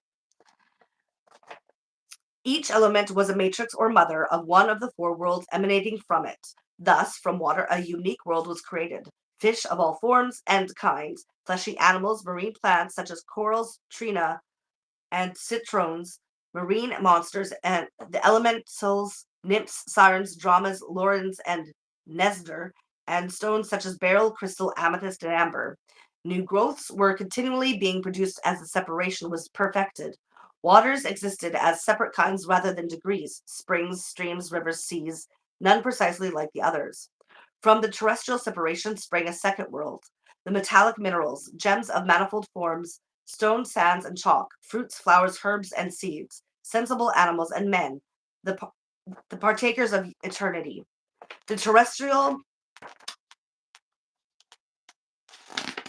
separation included the earthly elementals, gnomes, sylvesters, lemurs, and giants. It's funny because some of these don't exist. Wait, gnomes? What? Yeah. Well, even like sirens and stuff. Like, oh, I missed that. Oh wow. Like you're like mixing fantasy folklore with real tangible fucking things. Like these are the posturing. Okay. Air, like the other elements, generated only things of its own kind, invisible and impalpable according to the principle that light produces it. Aerial creatures, like witches, had aerial speech, thoughts, and actions, but ultimately returned to the element air. Creatures? Okay. So yeah, witches. Creatures like witches. All that hunting of human-shaped witches obviously was some bullshit, right? Right? I guess they just turned to air. Well, and they're folkloric creatures like gnomes and sirens, apparently, right? Arguably. Yeah. Sylvesters? I don't even know what sylvesters mean. Are they an actual animal? Because they also mentioned giants. Like, what do you mean by giants? I don't know what a sylvester is. That's a good question. The only sylvester I know of is a cat. Yeah. Yeah, but giants. What do you mean by giants? Like giant people? Like giants? What? I don't know. One of my favorite stories is like until the Middle Ages, there was the late Middle Ages. They believed there was a race of people out east somewhere whose like heads were in the middle of their chests. Yeah, this is what I mean. But like, so it's all like fantasy folklore. Yeah, and beliefs that are and but. I guess you need to invoke that to like back up this idea of the four elements being everywhere because yeah. No, only if you like. Yeah. Okay, where were we? The fourth element, fire, put forth stars, celestial objects, and the sun as its daughters, together with its own floral growths and mineral products. As an element, fire was responsible for an object's growth. In Greenwood, fire existed as an elemental soul producing growth, whereas in Burning Fire, it appeared as a living eternal soul. Quote, whatever grows is of the element fire, but in another shape. Whatever is fixed is from the element earth. Whatever nourishes it from the element air, and whatever consumes it from the element water. End quote. Oh yeah, because fire doesn't consume anything. Yeah. What? You're right? Fuck Jesus. Okay. The harmonious unfolding of the four worlds formed from the four elements operated on the principle of mutual consensus. In this sense, all four elements derived strength and nourishment from harmony with the others, or conversely, were weakened by the errors of the others. Since all four Paracelsian elemental worlds contain both rational and irrational creatures, hey, at least they're mentioning it. Yeah. Mankind, in the Philosophia ad Athenaicenses, was only one among the other beings of the natural world. This text presented a view that people existed within nature in harmony with the whole rather than above it. Quote, that philosophy then is foolish and vain, which leads us to assign all happiness and eternity to our element alone. That is the earth, and that it is a fool's maxim which boasts that we are the noblest of creatures. There are many worlds, and we are not the only beings in our world, end quote. Well, at least that's something from your weird fucking way you got there. Sorry. It was like, okay. No, yeah. Okay. Okay. They've gone so far around to try and justify some of this nonsense. It's nice to hear something that makes any sense. Well, it's nice to hear what you make of it, even if I think that what you're doing is posturing, but you're posturing because of the posturing of others. Basically. Yeah. So since all the four Paracelsian elemental worlds contain both I already read that part. Okay. Paracelsian epistemology as a reflection of holistic cosmology was based on the power of the imagination as the link between body and spirit. As microcosms, human beings were miniature replicas of the greater macrocosm. Both were composed of a physical body, a soul that was the life and breath obtained from God, and uniting the two, a sidereal or astral spirit. The astral spirit came initially from the stars, but it was the source of divinity in all sublunar life, including animals, plants, minerals, and stones. In human beings, the astral spirit was located in the heart, circulated throughout the body, and formed by the imaginative faculty, joining the physical with the spiritual world. See, you still have like fucking God in there. Like, what do you mean by God? Right? Yeah. Because that's still not something that you can define as something that's materially there. Like, it's an imaginative thing. Yeah. Just like well, your giants and your sirens and your gnomes. Right, and we really haven't graduated from the Aristotelian chains of being. We've just like renamed everything. Right? Okay, let's see here. The imagination, as the sum of the astra within each individual, bestowed the power to create visible images of the astra through the application of art. It was the source of an inner knowledge of the divine plan, vital action in the mundane world, and was so powerful that it could reciprocally affect the heavens, whereas the astra initially derived. But because the astra acted out of necessity, reason must be used to control their power so that nature could be used purposefully. In the organic world, magicians, mineralogists, and healers viewed themselves as the servants of nature, assisting, mimicking, and perfecting natural processes through art, or techne, for human benefit. Thus, Paracelsus wrote in his Credo concerning healing, quote, "There is nothing in me except the will to discover the best that medicine can do, the best there is in nature, the best that the nature of the earth truly intends for the sick. Thus I say, nothing comes from me. Everything comes from the nature, of which I too am a part." End quote. But elsewhere, he wrote that nature exists for human use. Quote, "It is God's will that nothing remain unknown to man as he walks in the light of nature, for all things belonging to nature exist for the sake of man." End quote. Interesting. Viewed from within the organic context, there is nothing inconsistent in two statements. Yet, when the organic bond between nature and human beings is severed, nature becomes a passive object rather than an active partner. With his philosophical theories and medical practices, Paracelsus challenged the orthodoxy of the establishment. He advocated the freedom of ordinary people to study nature for themselves and believed in a self-active natural world and individual liberty. The bulk of his knowledge was obtained from lay people. His sources were women healers, barbers, bathkeepers, miners, and his own empirical observations. In addition to those of learned physicians, he visited the universities only as a wandering journeyman scholar. He belonged to the guild of grain merchants rather than that of doctors and acted as an army surgeon, a position unacceptable to academic physicians. His life became a series of clashes with orthodox authorities and ruling officials. In city after city, he was able to cure princes and public officials pronounced incapable of recovery by the orthodox physicians.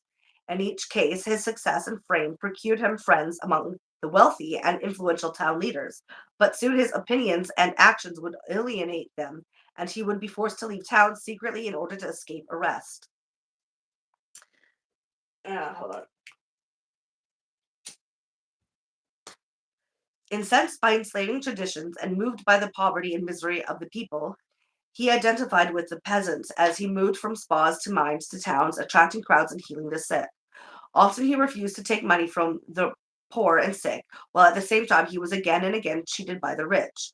His violent reactions against these injustices would then make it necessary for him to leave the town. Well, at least there's that. I can get respect for that. Paracelsus's medical and chemical contributions became a stimulus to numerous 16th and 17th century followers working toward a new empirical methodology, advocating the direct study of nature itself instead of the books of the ancient Greeks. But his philosophy of the activity of nature became affiliated with revolutionary pantheistic and political ideas that surfaced in later neo-Paracelsus movements. Animistic concept of nature as a divine self-active organism came to be associated with atheistetical and radical libertarian ideas.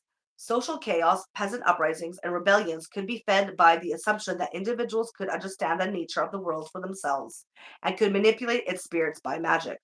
A widespread use of popular magic to control these spirits existed at all levels of society, but particularly among the lower classes. the raising of spirits, the construction of magical apparatus, the manufacture of talismans and charms, the preparation of love potions, the exorcism of demons, fortune telling, and hunts for treasures, lost relatives, and lovers were operations directed or performed by the village wizard. Every European village had its popular healers, sorcerers, and magicians, whose magical procedures had resulted from years of transmitting verbal recipes and cures handed down from medieval and ancient times. Articulation of the presuppositions of magical theory may be attributed to the natural magic tradition, but the practice of magic itself was an ancient folk tradition. Yeah, and a lot of the times it was like snake oil salesman trying to like give you magical potions. I remember reading this one book and they were talking about some of the potions or like healing stuff that they use, like, as actual medicines. One was a unicorn horn. I'm like, it was a book on some of the myths and medieval folklore, and like powder from crushed unicorn horn. How did you get that? That makes no sense. So yeah, I don't know how well these remedies actually hold up, but okay. The natural philosophy of Jean-Baptiste van Helmont, the 17th century follower of Paracelsus, likewise emphasized the activity of matter. He called the dynamic principle of archeus the organizer of specificity within matter. It originated ultimately from the divine light and organized the living, developing seeds of matter, the semina. Van Helmont transformed Paracelsus' four elements into a plurality of seeds, each containing its own inner activity. Quote, in the whole order of natural things, nothing of new doth arise which may not take its beginning out of the seed, and nothing to be made which may not be made out of the necessity of the seed. End quote. He strongly took issue with Aristotle's doctrine of the four causes and held that two causes joined or knit together were sufficient to explain nature. The two unified principles were the efficient cause of, or archeus, the chief working man, and the material cause or plurality of seeds. Quote, wherefore, after a diligent searching, I have not found any dependence of a natural body, but only on two causes, on the matter and the efficient, to wit, inward ones. End quote. The two were joined into a single unit, the generating seed. The efficient cause was the inward agent of the semina, the moving principle or immanent active principle in the material seed. Thus, Aristotle erred in stating that, quote, the thing generating cannot be a part of the thing generated, end quote. For Van Helmont, the inward agent was the generative principle. Nothing new arose in nature that did not begin from the efficient power of the material seed. The inward agent was also called the chief or master workman. In vegetables, it was a juice. In metals, it was thicker and homogeneous with the material. In other things, it was an air. Was the inward spiritual kernel of the seed through which the seed developed and grew to full fruitfulness. Quote, the archeus, the workman and governor of generation, doth clothe himself with the bodily clothing and begins to transform matter according to the perfect act of his own image, end quote. See, now we're getting into the whole why it's men's why men are the ones actually get like who are the generative of life because of the sperm, and the egg is just a holder like an oven, right? Do you see this sort of inklings there? I do. I know where he's going with this. All right, where was I? Yeah, okay. The formal cause postulated by Aristotle, said Van Helmont, was not really a cause but in effect the end of generation. For Aristotle, the more perfectly the form was attained, the more actuality the object had achieved. For Van Helmont, the actuality or activity was the inner agent within the matter. Form and matter could not be separated from one another. Secondly, the efficient or moving cause could not be external to matter, but must be within it. Thirdly, the final or teleological cause, which contained the instructions of things to be done, could not be external to nature, nor should it be considered distinct from the efficient cause of the archeus. But although the efficient seminal cause was postulated to be within nature, Van Helmont admitted that external occasional causes could function as outward awakeners. These outward agents operated according to art. Matter and the efficient cause were therefore sufficient as explanatory entities fused together into one unit. Quote, every natural definition is to be fetched from the conjoining of both causes, because both together do not finish the whole essence of the thing, end quote. The activity within each particle of matter meant that activity and process were primary in the order of things. Within the matter of the world, there existed an inherent spontaneity, and within each individual being, an inner directedness determined its destiny. During the upheaval of the English Civil War and its aftermath in the 1640s and 1650s, the ideas of Paracelsus and Van Helmont were revived in the radical doctrines of their dissenting sects. The breakdown of censorship permitted the translation and circulation of Paracelsian and Helmonian texts. Prior to the Civil War, the religious and political dimensions of mysticism, magic, vitalism, and pantheism had not been emphasized in England, but in the 1640s and 1650s, Paracelsian challenges to authority, orthodoxy, and rationalism were held up as an alternative to both the Aristotelian philosophy taught in the universities and the new mechanical philosophy being discussed at Oxford. The pantheistic and Paracelsian ideas of the sects were part of a radical social philosophy that for some groups meant the seizing of common lands and the establishment of egalitarian communal societies like those attempted by the medieval millenarian utopists. Gerald Winstanley, organizer of the Diggers, who in 1649 took possession of St. George Hill in Surrey and began to cultivate the commons and wastes, believed that by working together the poor could make an earth a common treasury for all. Let everyone quietly have earth to manure, he wrote, end quote. The Diggers advocated cooperative farming of the commons and intensive cultivation of crops. When, quote, the great creator reason made the earth to be a common treasury to preserve beasts, birds, fishes, and man, not one word was spoken. That one branch of mankind should rule over another, end quote. Other sects advocated that every person should have an equal share of earthly goods, as in accord with the law of nature and of God, until, quote, the world returns to its first simplicity, or to a Christian utopia. Covetousness will be the root of all evil, end quote. George Foster, a member of the pantheistic religious sect known as the Ranters, believed that, quote, the whole earth will be a treasury for all and not for some, end quote. God was a leveler who would reduce all political powers to the same level and return everything to communal ownership. These ideas were set within a vitalistic philosophical framework which presupposed that nature was active, filled with God, and therefore good. Gerald Winstanley wrote, quote, to know the secrets of nature is to know the works of God. How the spirit or power of wisdom and life, causing motion or growth, dwells within and governs both the several bodies of the stars and planets in the heavens above, and the several bodies of the earth below, as grass, plants, fishes, beasts, birds, and mankind, end quote. An early rancher belief held that, quote, every creature is God, every creature that hath life and breath, being an influx from God, and shall return into God again, be swallowed up in him as a drop is in the ocean, end quote.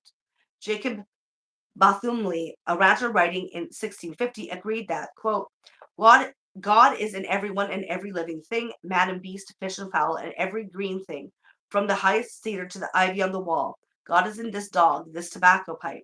He is me and I am him, end quote. Richard Coppin, whose Divine Teachings, published in 1649, influenced rancher beliefs, held that, quote, God is all in one and so is in everyone, end quote. Sounds a lot like Taoism. A lot of similar things. No, Taoism or Taoism. Yeah, yeah.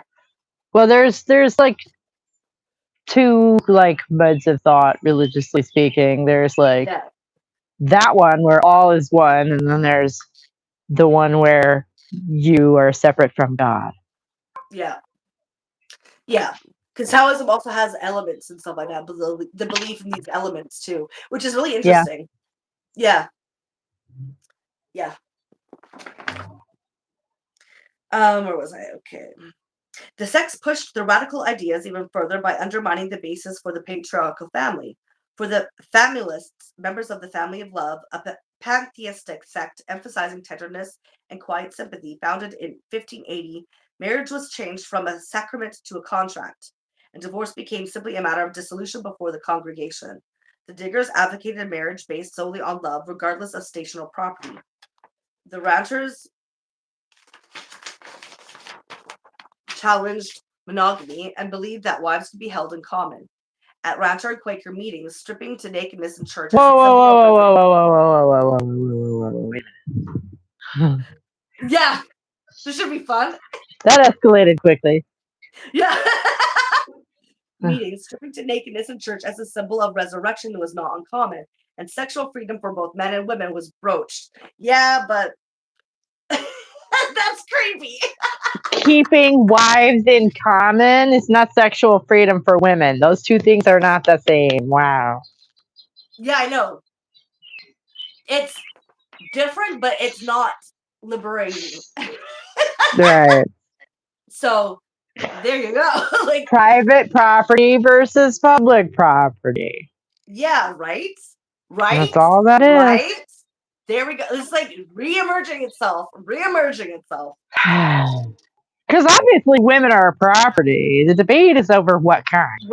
Yeah, who's the ownership of said property, right? This is one thing. I mean, it says radical, but it's radical all except for women.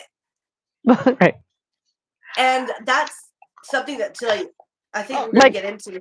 Having to share your wife would definitely be radical, but like it's not freedom for her, you know. Exactly, right? So it's always like these philosophies that come about and change always are held on by sexism. Yeah. Which is never challenged, right? Right. It's invisible. I want to talk about something I actually just watched that I found really interesting, right? Mm-hmm. But from actually on YouTube that I actually saw yesterday, which really made me think of what's been written here, right? Because it has a lot of the same discussions. So, but I'll talk about that after because we're almost done here. Yeah. Through membership in the new sects, women enjoyed significantly more religious freedom than in either the Church of England or the Catholic Church. The Puritans had elevated the female to helpmeet in the family, assigned her the task of instructing the family in religious matters, and argued for an end to wife beating. Well, at least that's something. Though women were still considered subordinate partners in the marriage relationship. See, there you go. In the sects, however, equality before God was stressed. Women could be admitted to membership without their husbands and were free to preach, prophecy, and participate in governance. Oh, governance. Well, that's something. In many congregations, women outnumbered the men, and in London, women preaching on Sundays became common. Those women who joined the new religious sects were undoubtedly attracted by the freedoms and equalities found there. Such freedoms assumed by women were especially pronounced in Quakerism, a sect that claimed that allegiance of Francis Mercury van Helmont and Anne Callaway, who continued the vitalistic philosophy of the fusion of spirit and matter. After the restoration of 1660, with the reassertion of Anglican authority, Priscillian and Pantheism ideas were denounced and refuted. Similarly, in 17th century France, Robert Fludd, who lived in 1574 to 1637, a follower of Paracelsus and the naturalists, became identified with the Rosicrucian scare, a neo-Paracelsus movement resulting in an extermination and denunciation of his entire philosophy by the mechanists, Mersenne, Pierre Gassendi, and René Descartes. Oh, René Descartes! France in 1620s to the 40s and England in the 1650s to the 80s were at the center of the mechanical reconstruction of the cosmos. In both countries, ideas associated with the organic worldview and with animistic and pantheistic philosophies were severely criticized. Fludd's philosophy presented a synthesis of ideas from the preceding Neoplatonic, naturalist, and vitalist traditions. In his Neoplatonic hierarchical cosmos, founded on the microcosm-macrocosm analogy, God infused the world with his eternal spirit, which was housed in the sun and transmitted through the angels in the four corners of the world to the winds. The winds, in turn, representing the contrary principles of hot and cold, acted through a dialectical process of contradiction and expansion, conveying activity to the clouds and air. The two contrary active principles, heat and cold, produce the opposites observed in nature. The hot winds cause dilation, mollification, rarefaction, volatility, and transparency. Cold winds produce contradiction, hardening, condensation, fixation, and opacity. Matter for flood was passive, not the source of activity. It was made active through the indirect operation of the winds. The angelical winds were, quote, endued with the most essential internal agents, end quote, and had, quote, an essential and inward act, form and principle, end quote. The clouds likewise moved through the internal agency of the spirit and represented its vehicle. God's activity in the world was the ultimate source of these dialectical tensions between contraries and the basis of cosmic unity and animate life. From the spectrum of Renaissance organicist philosophies outlined previously, the mechanists would appropriate and transform presuppositions at the conservative or hierarchical end while denouncing those associated with the more radical religious and political perspectives. The rejection and removal of organic and animist features of the substitution of mechanical describable components would become the most significant and far-reaching effect of the scientific revolution. The breakup of the old order in Western Europe was not only a period of challenge, a time when a broad spectrum of new ideas found articulation, but also a period of uncertainty and anxiety. Fear that nature would indirect her own laws, the cosmic frame would crumble, and that chaos and anarchy would rule lay just beneath the sheen of apparent order. Fostered by the competitive practices of the new commercialism and reinforced by the religious wars of the Reformation period and the growing stress on individualism and the senses over the authority of the ancients, the perception of disintegration increased. The ecological deterioration of the earth, changing images of the cosmic organism, and a sense of disorder within the soul of nature reflected an underlying realization that the old system was dying. And chapter ends. The old system was dying in the 17th century? Good grief. That was 400 years ago. We've been on a certain trajectory for a while. We sure have. And look at where we are. Oh. It feels like we might be heading the bottom of that, you know. Yeah. Please, right? please. Yeah. I'm trying to think of what the name of that video is, because it was about some video commentator. I don't know it very well, but it just randomly came up on my feed and I watched it, and he was critiquing someone who was going on taking animism and stuff and sort of like giving a lot of these ideas of the same way as some of these naturalist philosophers. And so the guy was actually doing a response of critiquing that, and then actually I thought it was gonna be like a flop of a video, to be perfectly honest.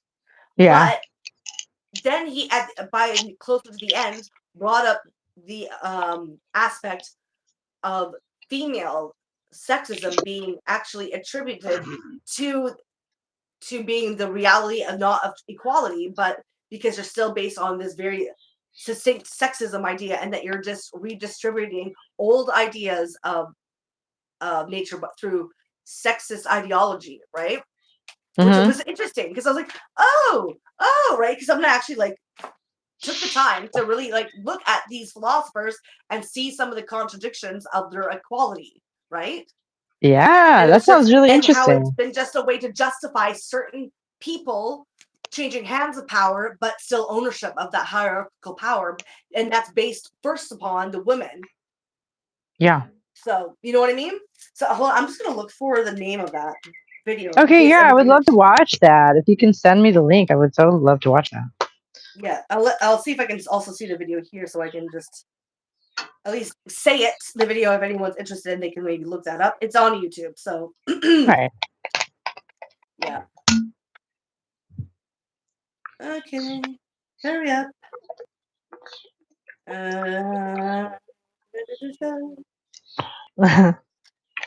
just want to know. I like that Paracelsus guy a lot better than I thought I would, based on his reputation. But how does anybody see nature as like existing for the benefit of humanity only? How on earth? Yeah, well, it's because it's a justification. It's a justification. No, I know, but like spoken like a guy. Even if they don't realize it, because that's what that is that it's made for you. Why do you think that you are above? Because that's still thinking that you are above. the rest I'm of just nature. saying. No, that's the hubris of it, right? It's their bias is so blindingly obvious because he sounds like a guy who never met a poisonous spider or a poisonous plant for that matter. Yeah. What's the argument there? Oh, he just used it wrong and that's why it killed him. It's actually a cure for something we just don't know what yet. Like, what's the argument there? Not even just that. What gives you, who gave you the right? You don't know that you actually have that right. You just assume that you do. Well, that's biblical, honey. So, like, then we got to argue about that. That's the thing. They just claim it because of God, but and show me how God exists. How did he give that to you? You made that up. Yeah. Just like your giants I had this awesome epiphany the other day about like this exact thing. Actually, it was so interesting. It's so interesting that this is the chapter we were reading because you're talking about the Aristotelian chain of being, and I'm like, I just watched something about that the other day that finally got me to understand what the fuck they're talking about. Because according to like every philosophy and religion that is out there, like all of material reality emanates from some invisible parallel dimension. And I'm like, yeah. Oh! Okay, I found it. So that's what we're talking about. People are describing an invisible parallel dimension. That's what they're thinking of. You know, that's what heaven is. That's what we've been talking about this whole time. All those chains of being and whatever, like that's an invisible parallel dimension that supposedly the world we live in comes from. It is. But like this is also Christian cosmology. You know, the afterlife. It's an invisible parallel dimension that is either with us constantly or far away, depending on who you ask. Yeah, exactly. It's so fucked up. It's weird. So I don't really know about all of his other videos or like what's his thoughts on everything else. But because this is new, I've never seen it. So the one I watched is by a guy named President Sunday. It says President Sunday Prime, so maybe he has another channel. I don't know. But it's President Sunday Prime, and the title of the video is called "The Left Doesn't Need Religion." So whatever that doesn't means. Need. Doesn't need. The left doesn't need religion. Okay. In case anyone's interested, because it does go into all of this, and then he does actually bring up that aspect of inherent sexism within all of these philosophies of animistic and naturalistic philosophies. So. Right. So because I can see how that would be part of that argument, you know, because leftism is supposed to be egalitarianism, which is supposed to be about the equality of the sexes, and so you don't want any of that patriarchal bullshit. Explaining how to like these religions come from the very perspective of Christianity and various types of that. And how it's really just colonialism by interpretation of other sort of people and stuff like that, like natives being very naturalistic, you know, and taking that idea. But you're putting a Christian sort of colonial attitude within their perspective, right? And the way you see it, right? And you can't remove yourself from it. And that's like a problem because then you're not understanding animism and how it was in Aristotle writing. And then he goes into all that. Yeah. So it's just interesting. I thought it was really interesting because it really accumulates to the same sort of thing that we're discussing here with the death of nature. I can't believe it hasn't already recommended me this video. It's right in line with the stuff that I've been watching lately. No, but anyway, so as far as, you know, the like generalized, like the generally accepted framework understanding of how like the parallel universe generates the world that we live in, okay, was come up with by one dude in like the 4th century, I think it was, and all of ceremonial magic and like, you know, silver is the moon and gold is the sun and all of that shit, right? Yeah, is based on the work of this one dude. And that is the witches in my book are not going to be based on that. No, it's cool because this is sorry. Yeah, no, I don't know anything about who wrote up the religious texts and stuff like that. I really don't care. Because back then, if you look at every other, like, the way that it's been, like, they come to conclusions are all very fictitious. No, yeah. The reason So that it matters. I don't care about who said what with what. Now, I think that we need to throw it all out with the bathwater. Right. That's what I'm trying to get at. Is Yeah. that this is, but so now I like know exactly what not to include in my magic system for my novel because it's all of that. Yeah. Because it was come up with by this dude, and it's, you know, this isn't just floating in the ether, you know, it's just like, so obviously I have to come up with something that, like, and correspondences are so dumb anyway. I hate them so much. If that weren't evident by my mocking tone a moment ago, I'm going to light a purple candle because purple is for healing and sacrifice a little energy to the healing gods and they will mend my bones. Like, what? No. Oh my God. Right. Because it is still resting on that idea that you're like tugging on a chain, not a literal, obviously, but like a spiritual chain that links up to heaven. And like, girlfriend, they ain't no heaven. There's nothing up there. Yeah. Yeah. Yeah, that's exactly what it is. And then it all spurs, even all these philosophies spur out of this, right? And this is why we don't need this shit. Yeah. Yeah. Because, oh my God, and this hit me the other day. This is an innovation of my own. Okay. Like, when you organize energy, it becomes matter. That's what matter is organized energy. So there's no energetic plane, you morons. It's potential energy. That's not an organized plane, because if it were, it would be material matter. Yeah. And it would be a place you could visit. Yeah. That doesn't make any sense. That's not how energy fucking works. Love your determination. It's not how it fucking works. Well, it's not, is it? It's not. Oh, good times. Oh, I'm sorry. It's such a rush being able to blow off entire millennia worth of metaphysics. Just fuck off. Yeah. Hogwashing. Because like even the people who believe in that shit, that is a core contradiction. Yeah. So the next chapters we'll be doing Nature as Disorder, Women and Witness. So I'm excited about that one. Oh yes. And that will be next week, because next week is the 22nd. Yeah. Oh, I'm gonna go get my calendar. Time when I leave and like when we get, what day that will be. And can I just go get my calendar right now? Yeah, go ahead. Okay, I'll be right back. Hang up. Dog's gonna want to follow me, and it's a whole thing, but I'm not muted, so we can still talk, I guess. Oh, are you gonna stay out here? Good dog. Good boy. No, you got Tom with me? He's still 7 months old, and he's still trying to figure out. No, just stay right there. I'll be right back, baby. I'll be right back. I know you have a cat. I don't know. Are you really a dog person at all? Have you ever had any dogs? No, I don't do dogs. Okay. This is my first. No, that's cool. I would never adopt. Definitely a cat person. Even if I chase mine around, because she's not my shit over. No, yeah, I've always been a cat person. This is my first dog of my own, you know. But I'm married into a dog family, so it's like they've been around for years, and I had to get used to them, you know. Anyway. Yeah. No, it's okay. So next week, like, I'm trying to I really need to try to focus on how to pronounce some of these names though. Because I'm so bad at that.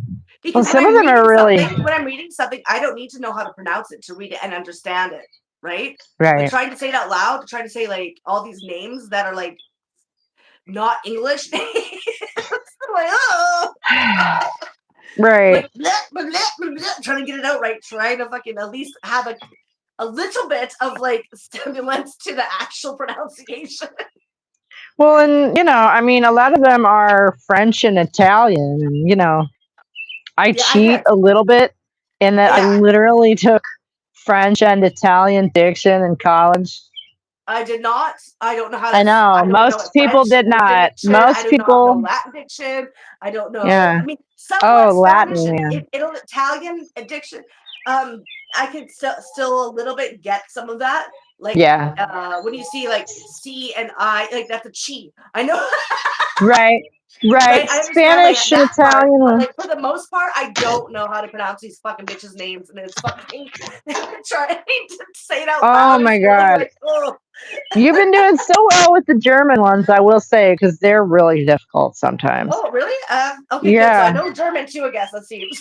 Yeah, you're doing well with the German ones today. And I don't know, there weren't a lot of Frenchmen in today's episode, but I know there was a Frenchman a little while back that was just like, ooh, ouch. And Descartes pretty easy, you know. Yeah, Descartes is pretty easy because like he's everywhere, but yeah, I'm not good with the pronunciation, so sorry if anyone like was like, "Who the fuck?" Fucking Frenchman, anyway. I'm really bad, you know, other language names in history. That's very hard for me because like, and it's something when you're reading yourself, you don't need to know how to pronounce. Yeah, right. So, well, and I genuinely think about it. The French have probably like purposely made their language sound weird because they're just like that. I know, because there's sometimes when I hear people talk about certain things that are French, I even sometimes can hear it, but I don't always note it. I just know that, like, say, when someone was talking about when people pronounce the word atelier, they're saying atelier. Mm-hmm. And I'm like, it's not atelier, it's atelier. I know that part because I had an ex-boyfriend with a last name that had that same spelling. That was yay, not a So that's how I know that part of the French language. I've seen here in the States, I think it's more common to use the R. See, but that's not how it's in French, though. No, I know, but that's what I'm saying. Like, just like I believe the French have through the years looked at other people and said, "Oh, if that's how you pronounce that, then we will do it this way," because they want to be different. And I feel like America has done something similar, you know, where they're like, "Oh, well, that's how the French pronounce it. Fuck it, we're gonna do it our way," you know. The egos, egos of you all. Yeah. But yeah, so I don't care. Figure it out by the way I'm pronouncing it. If you want to figure that out, you can write down the way I'm pronouncing it and then look it up, because that's probably what it looks like. It could be pronounced in English, but it's just a different language, and it'll show you who I'm talking about. Yeah, but I mean, I wouldn't worry about it too overly much, unless, I mean, what are you going to do? Like, prepare in advance and look up the pronunciations? That's really the only. If I'm reading it, I'm probably still not going to pronounce it right, just because I'll forget. Right. No, that's what I'm saying. The only thing to do is like prepare ahead of time, and I don't know if you even have time to do that. Yeah, I don't plan on changing this. I am just giving everyone that foreknowledge of why you might not understand. You might be confused about who I'm talking about. It might be because I'm saying their name completely wrong or pronouncing it wrong. Yeah. Oh, I feel like we did well today. Yeah. Because I do have to go, because I do have that son's school. Oh, yeah. Okay. Whatever. Okay. So okay. We got a couple of weeks to plan anyway. Yeah. Yeah. And I'll send you the link. Oh, did you find it? Did you find that link? Did you send it to my email? No, I said, do you want me to send it to you, or did you already find it? Do you want me to send it to you then? No, yeah, if you wouldn't mind sending it to me. I will send it to you then. Yeah, definitely. That'd be cool. Okay. And that will be everything for today. Oh, thank you so much. That was awesome. Bye, honey. Bye, guys. I guess we're cutting it short today. See you next week. Same time, same place. Bye.